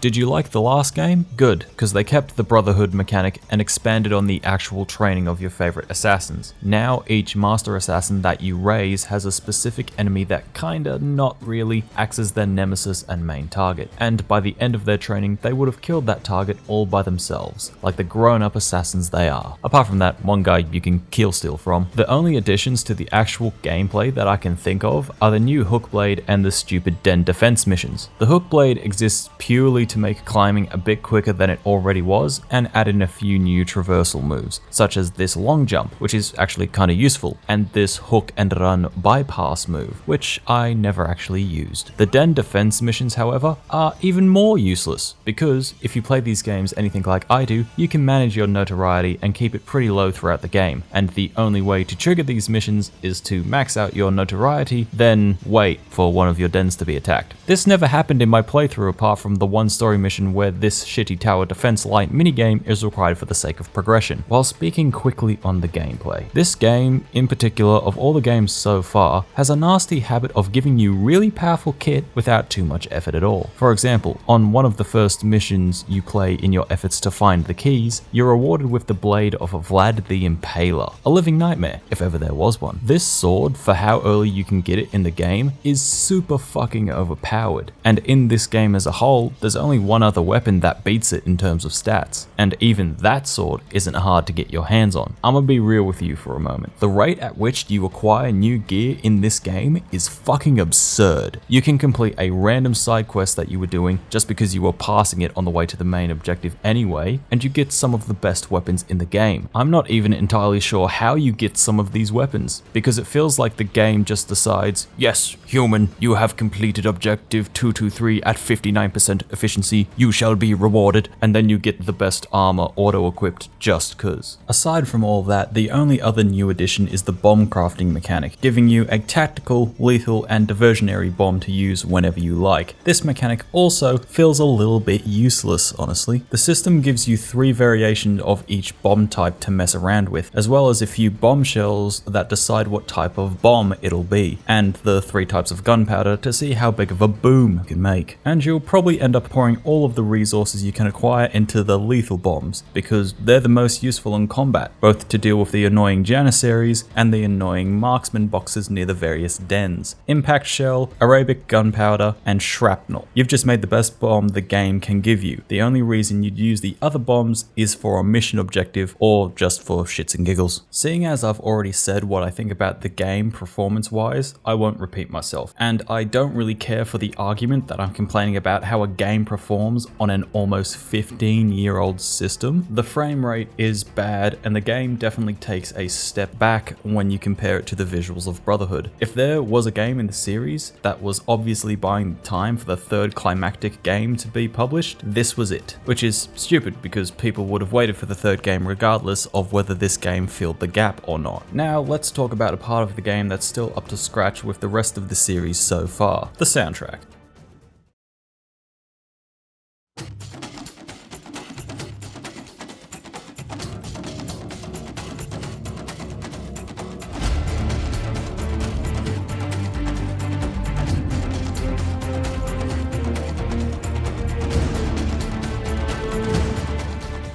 Thankfully, Jesper was invited back for one final round with the series, this time being assisted by Lorne Baffle, who was handed the reins for the climactic entry into the Desmond storyline. And quick props to Kid for consistently bringing his A game to 4 games now. There's definitely more than a few tracks in this soundtrack that reflect the research he put into it to make it fit with the melting pot of culture that Constantinople was.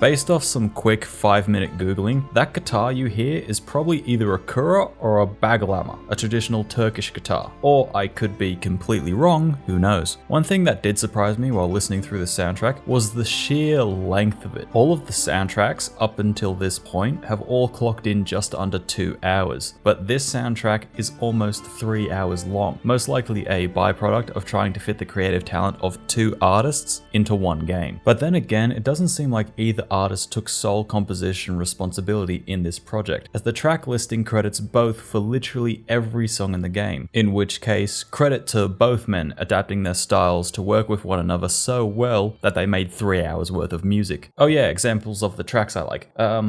This awesome track plays when Altair returns to Masyaf after being chased out.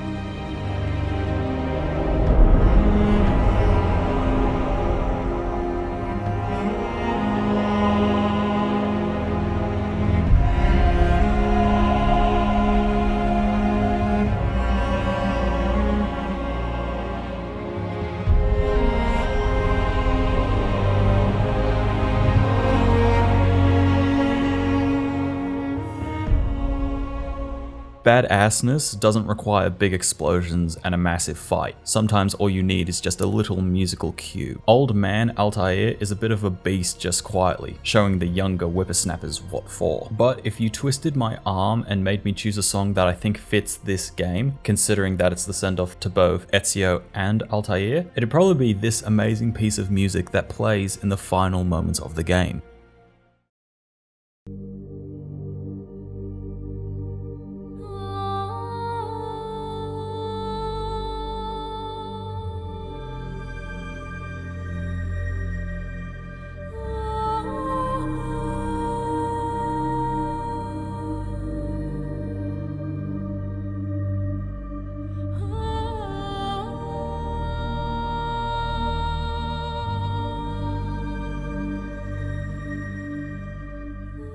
That track straight up gives me chills. There's no other words I have for this track other than absolutely bloody beautiful. Overall, I'd say Jesper and Lorne did a pretty decent job with the soundtrack. While I couldn't tell you what most of it sounded like, I can pick out the few tracks I really noticed and think are really good, and they managed to keep the motif that Jesper started all the way back with the first game. Massive credits to Lorne Balfour for coming in and helping Kid carry that motif for this game. Hopefully he can carry that touch into the next entry as well. Also, they brought the voice actor of Malik back from the first game to play the role of Prince Salem, so that's a good thing, I guess. A good thing, unlike the narrative.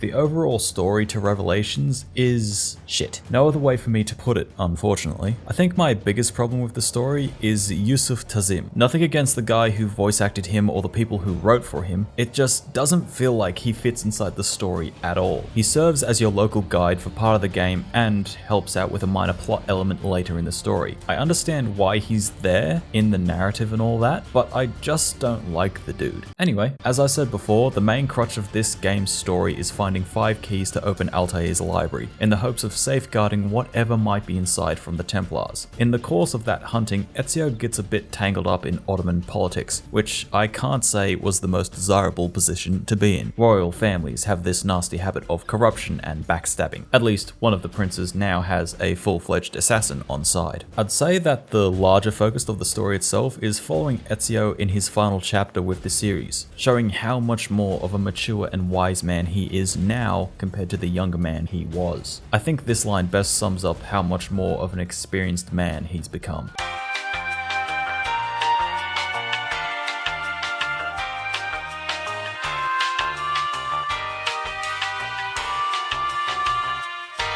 This game really does feel like a send-off to both Altair and Ezio, even if this series won't ever truly let them die. Maybe that's because they both played such an integral part of the overarching story, or maybe it's because this is Ubisoft we're talking about, and they've got issues with letting go. Just ask Tom Clancy. At the end of the story, there's a bit of a happy ending left open for Ezio himself, as throughout the game he flirts with a bookie called Sophia, so at least he can keep the line going for a little while longer yet. As for the rest of the interesting stuff that happens inside the story, at one point you do get to visit Vlad the Impaler's prison, which is a bit spooky. If you don't know who Vlad is, he's cited as a major inspiration for Count Dracula. If you haven't heard of Count Dracula, y'all need to read some books. Another major interesting point in the game is when you accidentally assassinate the wrong dude, Tardik, the leader of the Janissaries, who act as the Royal Guard and are quietly a bunch of badasses. Over your investigation into who wants Prince Salim dead, multiple bits of evidence point towards Tardik, so as the anticipation mounts, Ezio infiltrates the Janissaries' camp and murders Tardik before he left for a meeting with the other Templars. Turns out Tardik was actively trying to get the Templars in one spot so he could ambush and decimate them, but because he didn't willingly share this information with that new boy his prince had just started talking to, it eventually got him killed by accident. Or maybe Ezio should have just investigated a bit more before killing someone who would have made for a very powerful ally in taking down the local Templars. The next biggest moment of the story that sticks out to me is when you move into that little town that's in the side of a mountain. Editing me can put up the name to match the footage. In this little area of the world, you get to see a man gets stabbed in the neck and just keep going, a mini mass grave situation in a little political prison, and also when Ezio pretty much fucks over an entire town of people for his own means. In the course of hunting down the Templars and the last Mass AF key to progress the plot, Ezio triggers a massive powder keg cache. Black powder tends to be pretty explosive, so naturally a big boom takes place, which starts a fire. And seeing as most of the town is little wooden shells wrapped around stone houses, this fire spread throughout the city. So by the time you murder the big bad Templar and gain the last key, there's a bit of a roaring fire going on throughout the town. A town that's inside of a mountain, with only one little hole for the smoke to escape out of, and there's only one exit for all these people to flee out of. What I'm getting at is Ezio just killed a lot of people via smoke inhalation, and apparently he's still the good guy. But then again, this is all in a century-spanning war, where no cost is too high, and the life of the civilian is an acceptable loss. So who am I to judge the decisions of a delusional old bastard? Overall, I can't say too much about the story itself, probably because I didn't actually find it that interesting. Sure, it's about finding 5 special keys to progress the overarching plot, and you do get to see some cool progression with Altair and how his story ties into Ezio's in a very roundabout way. And yes, Ezio is still the best character this series has seen so far, but I just can't bring myself to give much of a shit about the story itself. I think the main reason for this is actually just down to me as a person. I'm a very action-orientated history dude. I like the big fights that empires get into, and all the characters that take part in that fight on both sides, just so I can laugh at the whole thing and comment about how futile human existence really is. Thus, the most interesting parts of history to me are the many wars throughout our timeline, as well as the lead up to and aftermath of said wars. How did the national powers shift? Which political party came out on top and with the backing of which superpower? How many people fucking died? That's the shit in history that interests me, and the specific bit of history that the devs chose for Assassin's Creed Revelations isn't inside of a war. Sure, there's a war going on nearby, but you aren't actively taking part in it. You could say that Assassin's Creed 2 didn't have a war going on either, but that game had the charismatic young Ezio to its credit. You could say that Assassin's Creed Brotherhood didn't have a war going on either, but it did, between you and Cesare Borgia. AC Revelations does have an active war going on, but you don't even get to see anything that would clue you into that fact until the very end of the game, when you see a big old army round the corner at the last minute to end the game. So yeah, I'll take me not enjoying the story as just me not enjoying the story. If you did enjoy the story,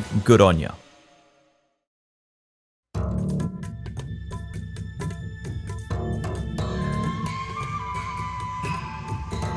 So let's round up and get into the last game of this little project I've put myself into. In the gameplay department, there's some neat little additions in the form of the new hook blade, which doesn't do much apart from make traversal slightly faster, the new Master Assassin missions that give your panic button boys a bit more personality and growth that ultimately goes nowhere, and finally, the mini tower defense game that doesn't really show up apart from one mission if you play the actual game properly. The soundtrack is one of those nice, long, big boys with more than a few tracks that stand out. Considering that there's 2 composers throwing their weight around in this game, kudos to them for making a cohesive and motif-sensitive soundtrack that carries the telltale feeling that AC soundtracks have had up until this point. And the narrative is definitely a narrative. I'm sure someone likes it, but unfortunately, it's a no from me. Right, that's that then. Ezio has finally been put to rest, and with him, the door to the final chapter of this story has been opened. As Desmond wakes from his coma with the location of the modern-day MacGuffin to save the world from the big old solar flare in his mind, it's time for Desmond to fill the big boy's shoes we've been waiting for him to fill for so damn long. But not before we have a little twist in the dynamic, however, a little spice added that would tip the scales of what the next generation of Assassin's Creed games would look like. And that first taste of the next gen of Assassin's Creed began in the most notable way,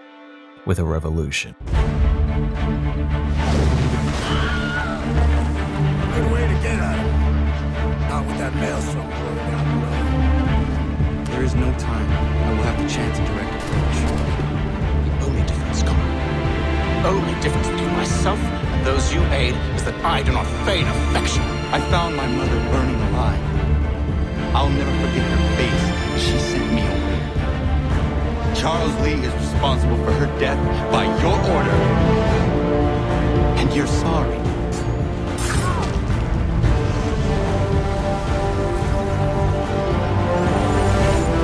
Don't think I have any intention of caressing your cheek and saying I was wrong.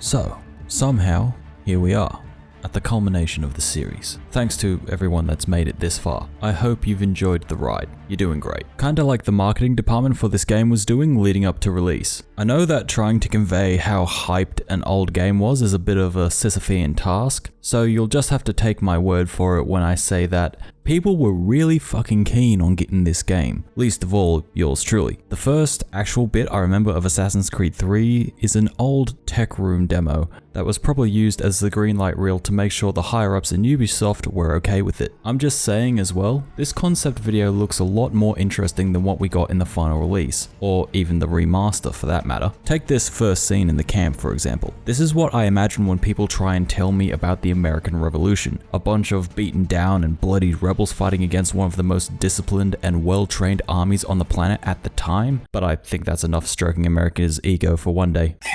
There's also a bunch of cut content that you can spot in the bits and pieces of the video. Then again, this is all in a controlled and planned environment that you should never take for what the actual game is going to look like, even if you can spot the stuff that was kept in the final release. But that didn't stop me from getting hyped as fuck. This concept video, along with the cinematic trailer, did most of the pushing, but also gave way for one of the bigger criticisms when the game finally came out, which I'll get to in the gameplay section. So you'd better stay around and find out what I'm talking about. Just one more thing quickly before I lightly touch on the history and the start of the game like I normally do. At E3 2012, Ubisoft showed off the Frontier demo of the game. Again, it was one of those well-planned, scripted, and controlled demos to market for hype, and that's it. This demo, however, did do a much better job of showing off the bits and pieces of the game itself, but still had a few things I wish could have been in the final game, but at least they kept the main bad dude from the trailer, I guess. Oh yeah, did I mention this game takes place in the American Revolution? Well, the second part of the game anyway. The first part takes place distinctly in the 7 Years' War. So here's the easiest way to sum up both of these wars for you. The 7 Years' War was effectively a world war before they were cool. Part of this war was fought in the backyard of the colonies. That's America, by the way. A few notable things happened in that war, mainly the fact that England won, and in the process spent a shit ton of money protecting their new colonies. This is when England started taxing the absolute shit out of these new filthy colonial types, including but not limited to the Sugar Act, a tax on sugar, the Currency Act, to regulate the flow of paper money to the colonies, the Quartering Act, a tax for food embedding during and after the 7 Years' War, and finally, the Stamp Act, a tax on fucking stamps. The other stuff that happened in the 7 Years' War was the emergence of a dude named George Washington. He's pretty important in this whole revolution thing, and the British enlisted the help of a bunch of Native Americans to help in the fighting with the French. The 7 Years' War and its immediate aftermath are all causes for the American Revolution, which in turn kicked off another revolution across the pond, but that's for another game and we're not quite there yet. If you want even more background info on the 7 Years' War and the revolution itself, go watch Oversimplified. The dude's pretty good at this whole history guff. So let's talk about what happens in the game, yeah? We open with one of those little CG openers, like usual, just to catch us up on exactly what's happening between the start of the series and now, the climactic entry. Then when the game actually kicks up, you get to walk around as Desmond for a bit, finding and activating the modern day MacGuffin, just to fall unconscious and need to be put back in the Animus, because otherwise they wouldn't have had an easy way to force you in there so you could play the game. Oh yeah, this is the first of the new Assassin's Creed games to be built on the Anvil Next engine, featuring such additions as an overhauled traversal system, upgraded textures across the board, and a slight rework of the combat mechanics to stay a little bit fresh, having little additions such as the double counters and the corner cover kill leaning thing, plus a whole shit ton of new animations. Overall, a good improvement. These first few sections of the game are good for showing off just how new and fresh it feels with the new engine and everything. From the moment you're thrown into the tutorial, you get to see how much has changed since Revelations in all aspects. Ignoring all the character models looking completely different compared to the last time you looked at them. Anyway, you cleanly transition from the tutorial into the first mission of the game, playing as a well-spoken English gentleman, en route to a play with other refined gentlemen and ladies in the Grand Royal Theatre in London. And yes, you're not actually here for the play itself, but for someone else in the theatre, to give them a quick jab in the back and make off with their necklace. In this sequence, you meet the main man of the game, Haytham Kenway, a pure-blooded killer in every aspect, and also kinda scary, as shown by this shot here. Once you've nicked the necklace, you have a short meeting with your boys, whom are part of a group effort to hopefully find a site containing an artifact relating to those who came before. That group of holographic dickweasels that have been leading us on a goose chase for the past 4 games. But that's why we're here in this game, to wrap up this whole story in a nice neat bow, for now anyway. After a short chat, it's decided that Haytham will travel to the colonies in pursuit of this site, because there wouldn't be a game otherwise. In the next little series of events, we get to walk around a boat, of all fucking things. I do remember in the day that walking on a boat in the manner that you can in this moment was a new thing for games, as odd as that sentence sounds. I can kinda understand what it might be like from a development side, but I'm not going to try and explain it, because I am not a game developer. I'm just an opinionated bastard, something you should all know by now. Anyway, on this boat, Haytham gets to trade barbs with the captain in a not so friendly manner, and also hears murmurs of a group trying to find and kill him before he can get to the colonies. Haytham, being used to this sort of thing, takes care of these problems with a swift and efficient bearing. After that little bit of action, you finally make it to the colonies, to America, greeted by this big old title card and all. And this, of all places in the script, is where I'm going to point out that there's 2 versions of this game. The original release on the Xbox 360 and the recent remastered edition that people don't really like too much. The major differences between the versions include the following. The original has the better character models in my opinion, while the remastered models look like unnaturally smooth Play-Doh. The lighting model of the remastered edition does look better in terms of the environmental lighting. Some areas of the game look a hell of a lot darker than in the original. It's like the game has a lot more artificial bloom added to every frame of it. Compare the title drop for a good example of what I mean.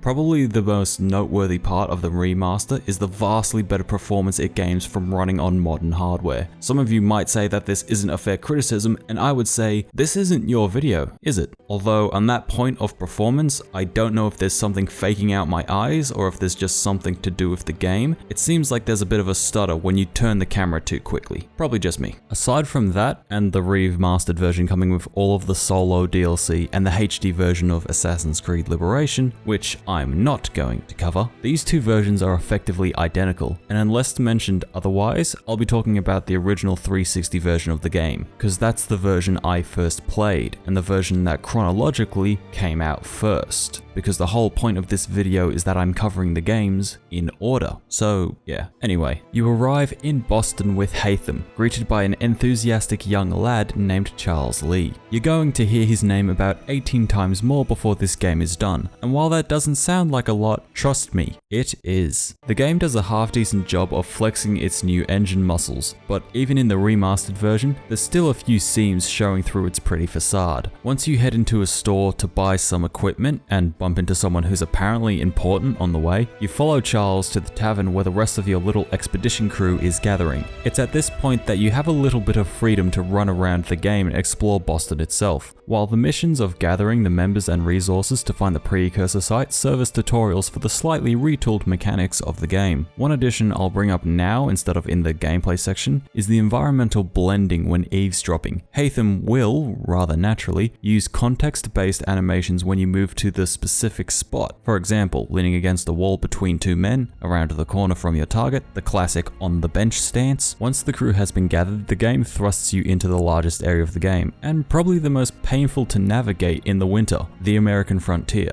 Trying to get through this place in winter is a straight up chore for Haytham. While some of the NPCs in this part of the game can use free running through the trees to bypass the deep snow of the frontier, you can't. Winter sucks. Enough said. In the frontier, you get to catch up with some of the natives you freed from Silas the Slaver, the guy they kept from the E3 demo I mentioned before. One of these slaves is pretty important to the plot and overall franchise, if for no other reason that she keeps the line running so the rest of the franchise can actually happen. But right now, in the story, Haytham needs to gain the trust of this lady, going by the name...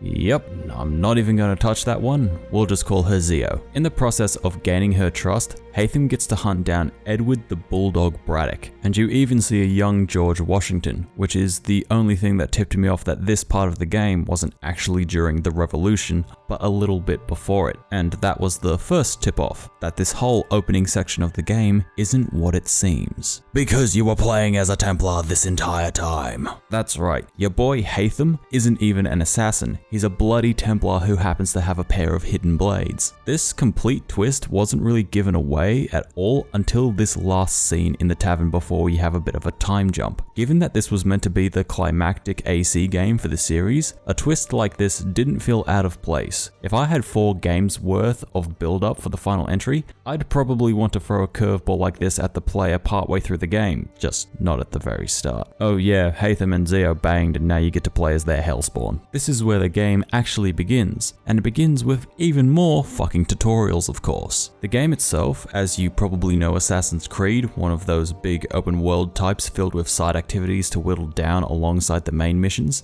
doesn't actually happen until sequence 6 of the game, halfway through its entire numbered sequences. And seeing as I'm sick of talking about the opening of the game, let's move on to the rest of the script.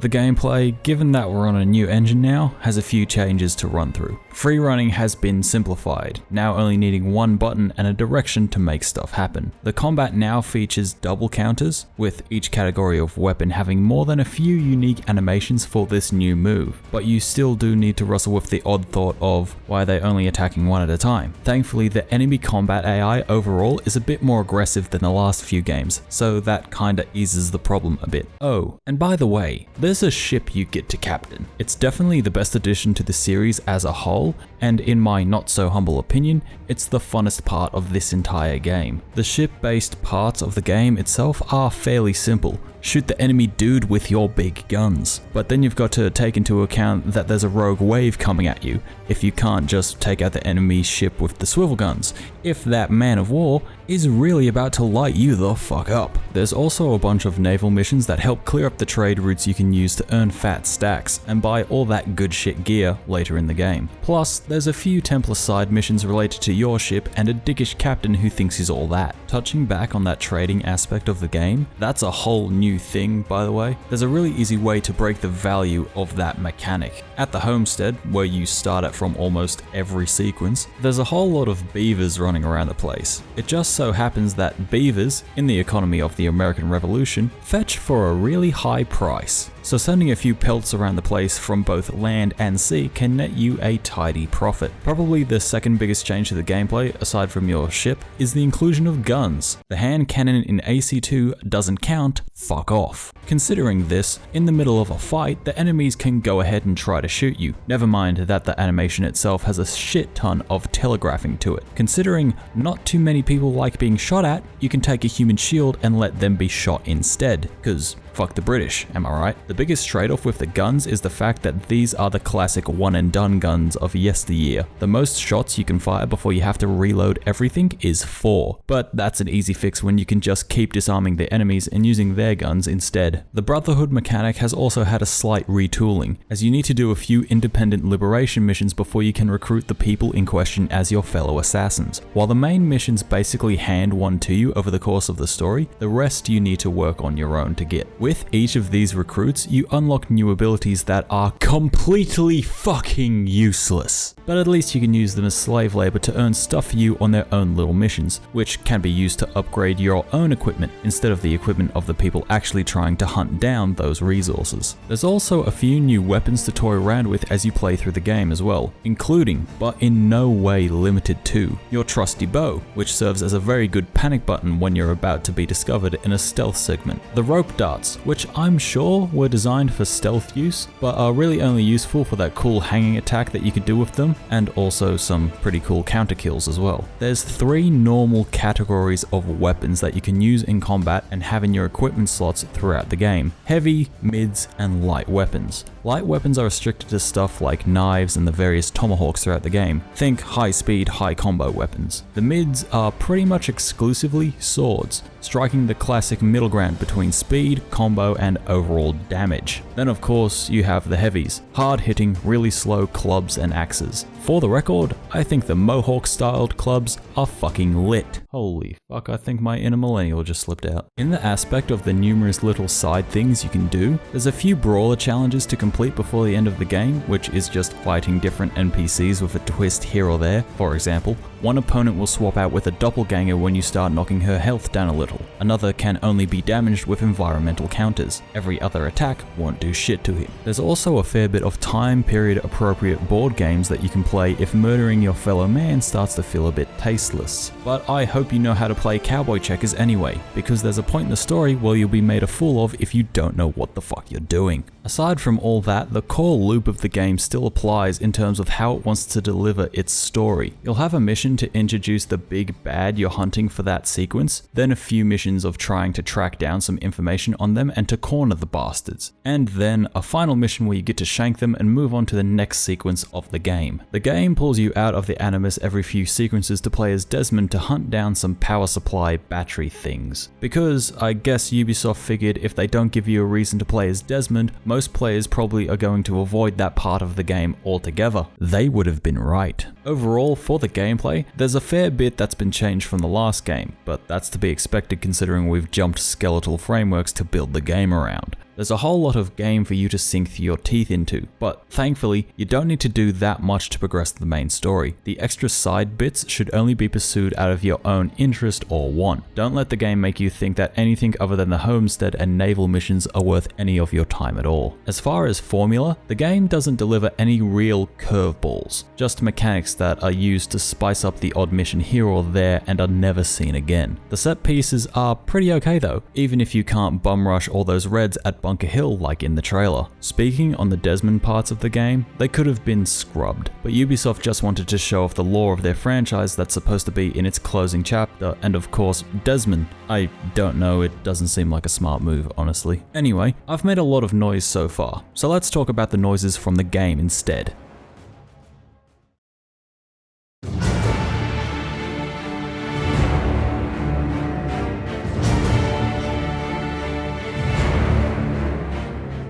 If you remember the last part of the video, Lorne Baffle helped out with the last soundtrack and was given the reins for what was supposed to be the most important entry to the series. And the man has done a pretty good job in terms of carrying the torch in my opinion. For me, the main thing that makes a soundtrack compelling is how well the composition of said soundtrack fits within the series and the setting it takes place in. This is something that Jesper Kyd was great at in his run with the AC franchise, constantly using instruments from the area of the world the game takes place in, as well as a few musical cues that are distinct to whichever realm you might be jumping through. But you know that because you've already seen the rest of the video, haven't you? Considering that Lorne got to work with Kid on the last entry to the series, he probably got a good idea of what the series' motifs were in terms of the soundscape, and thankfully, Lorne managed to keep a bit of that for this entry, as a few of the tracks do have Native American chanting here and there. As I'm not aware of any Native American instruments off the top of my head, please don't try to murder me for that. One thing I did notice is that there's a distinct difference between the tracks when you're playing as Connor and the few tracks you get as Desmond. All of Connor's tracks are just about what I expect from a game in general. Plenty of orchestral instruments and great flourishes of sheet music, whereas Desmond's tracks have a lot more techno influences. They still have that grand feeling to them, but they're noticeably different.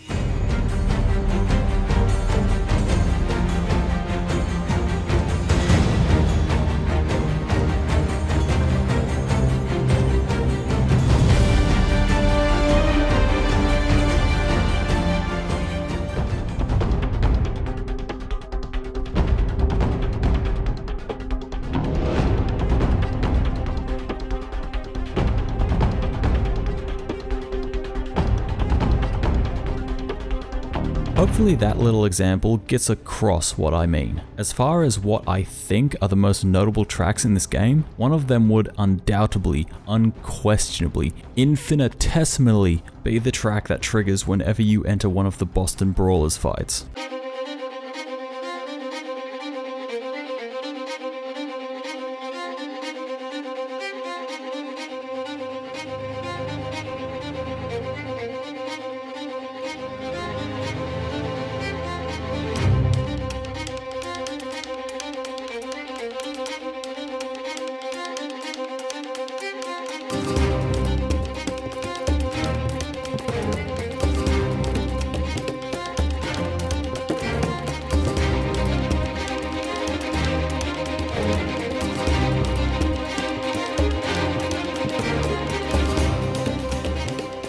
There's something about the way the violin steady progresses to an uproarious chorus that just gets me. Plus, you know, diddly-dee potatoes. Another part of the soundtrack that I'd like to quickly point out is the music that plays when you're learning about those that came before. I shit you not, I wouldn't be surprised if someone's used this track as music for their machinima trailer or something.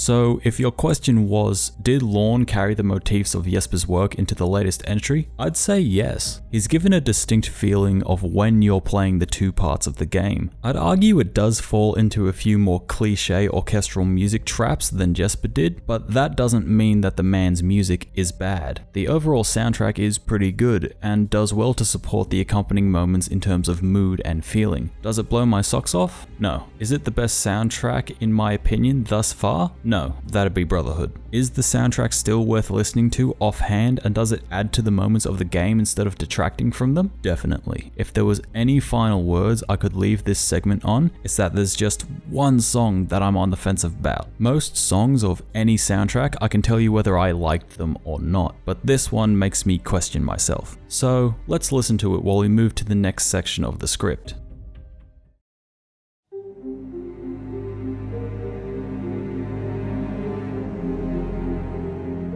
So, how's the beat-for-beat plot of AC3? Considering that this was meant to be the final chapter of a much beloved series, meant to cap off 4 games worth of story built up, and takes the chance to finally get rid of a main character a good 90% of the player base didn't like playing as, it could have been so much better. The main reason for this is because you cannot effectively end a plot while leaving room for other entries, when the last thing you show the audience during the credits is a fucking cliffhanger. Why? Why was this needed? I know it's because Ubisoft figured that they've got a massive cash cow now, but you could have ended Desmond's plot entirely without that stupid cliffhanger with Juno and still have an excuse to make more AC games. What excuse, you say? There's more than one person in the world with cool ancestors, you bunch of fucking snail eaters.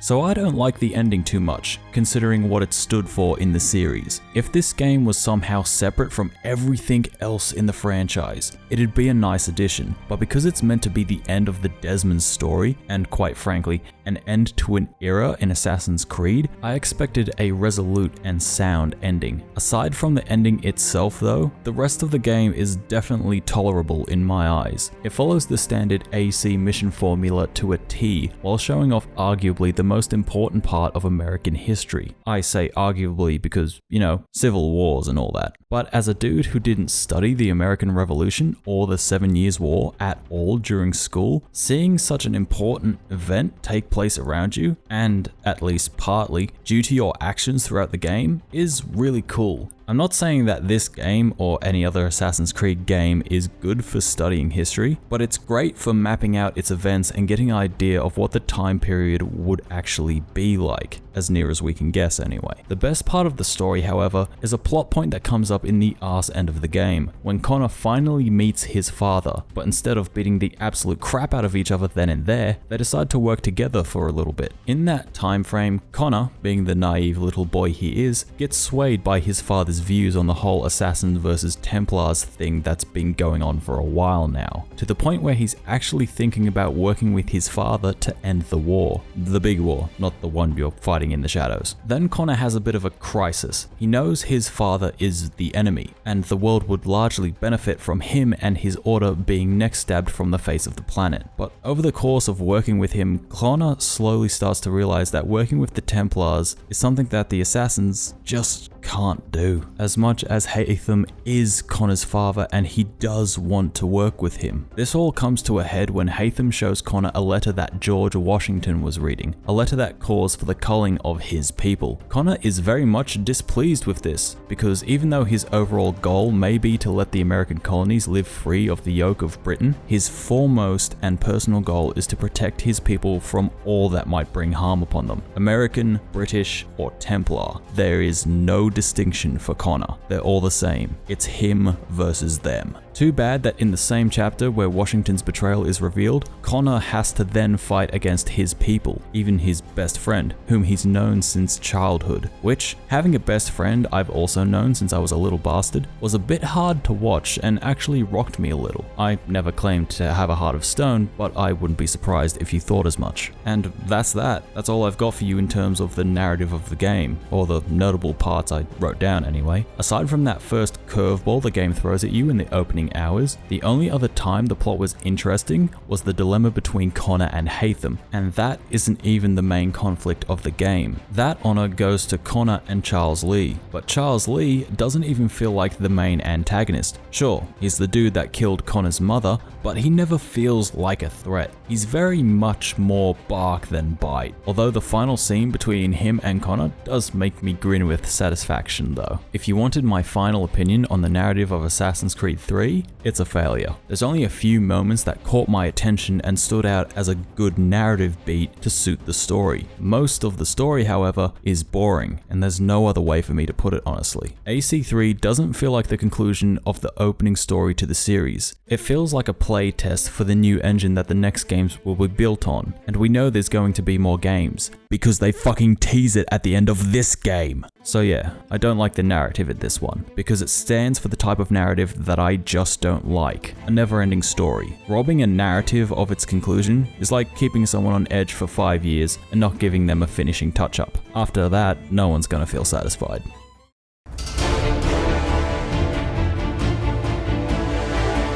Overall, Assassin's Creed 3 ushered in the next generation of the series, and in terms of the soundtrack and gameplay, satisfied the hype as best as they could given how amped up myself and other people would have been. For the narrative, however, the only way it could have fallen any harder on its ass is if Desmond had actually survived at the end of the game, and you had to still play as him for the rest of the games in the series. The gameplay, however, makes some welcomed changes, while also keeping some of this series' biggest problems. But with all of the changes made to accommodate the new engine, the additional side activities make it easier to kill time in between the main story shit that you have to deal with. And by and large, the positives outweigh the negatives. For the soundtrack, Lorne did a great job carrying the motifs that Jesper started with the first game, and throwing his own style on top of that, plus the distinction of old-timey tracks and the modern-day tracks, help bring the soundtrack together as a whole. But the gripes I have with the narrative can't be ignored, because this is my video after all. For what should have been the definitive ending to the key storyline of the game, the story that has been carried with this franchise since day one, the ending was fucking weak. It annoys the fuck out of me because you could have had a better ending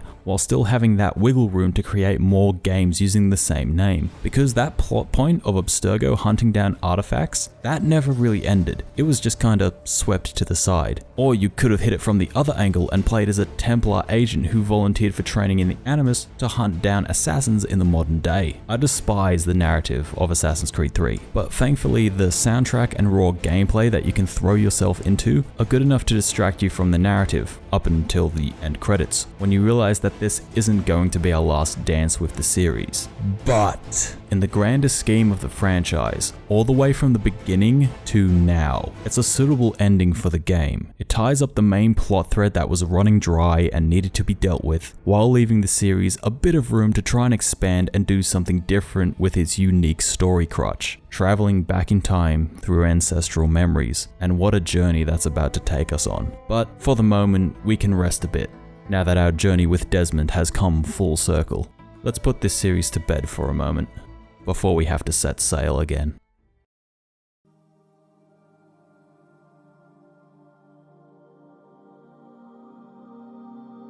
Oh my good lord, that took a while to make. Thanks for watching. Seriously, thank you so much for sitting through that. This series was both fun and hard to make. Playing through a bunch of games I know I like, but having to wear my reviewer hat at every turn and hiccup has definitely taken it out of me a bit. But I'm not going to stop making videos. I've already got the next game I'm working on. I'm just going to take a break for a little bit. In the meantime, I need to shout out some people that you should definitely subscribe to, and just a few people in the background deserve a thanks as well. If you don't want to watch this part, feel free to tab out now. First off is White Light. The madman is one of my go-to creators these days. Consistently high quality videos that I can alt tab out of and keep in the background while I do more important shit. Just kidding. The man is almost as insane as me and is a lovely lad to chat to. Of his catalog, I'm going to recommend his series on the Prototype games and his massive video on Darksiders 2. One is a good way to learn how he picked his name for the channel, and the other is similar to this video, being an exercise in how patient we are inside of Premiere Pro. The second lad is definitely Never Knows Best. I only found this guy recently, and the man is methodical to the point that I'm a little bit worried. He has a host of videos that stretch past the hour mark, and considering I just had to cover 5 games to barely scrape past 2 hours, the man is actually insane, but also a good reviewer.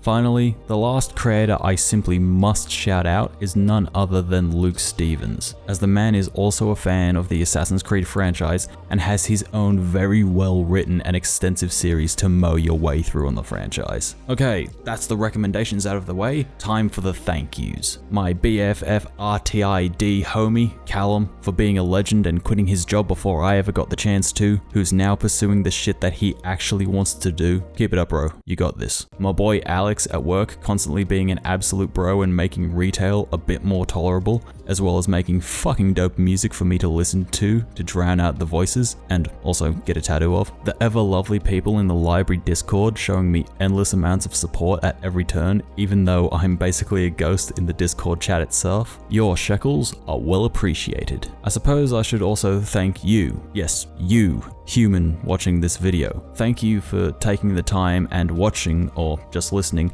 to this creation of mine. Even if it took you multiple sittings to get all the way through, or if you're only watching the end because the rest was just too damn much for you. Thank you. Sincerely, thank you so damn much. And before we go, one last one. Emma, thank you. I love you, truly. You have been my lovely brethren. I have been the infamous Hellfire. I will see you all in the next one. Thank you. Ciao.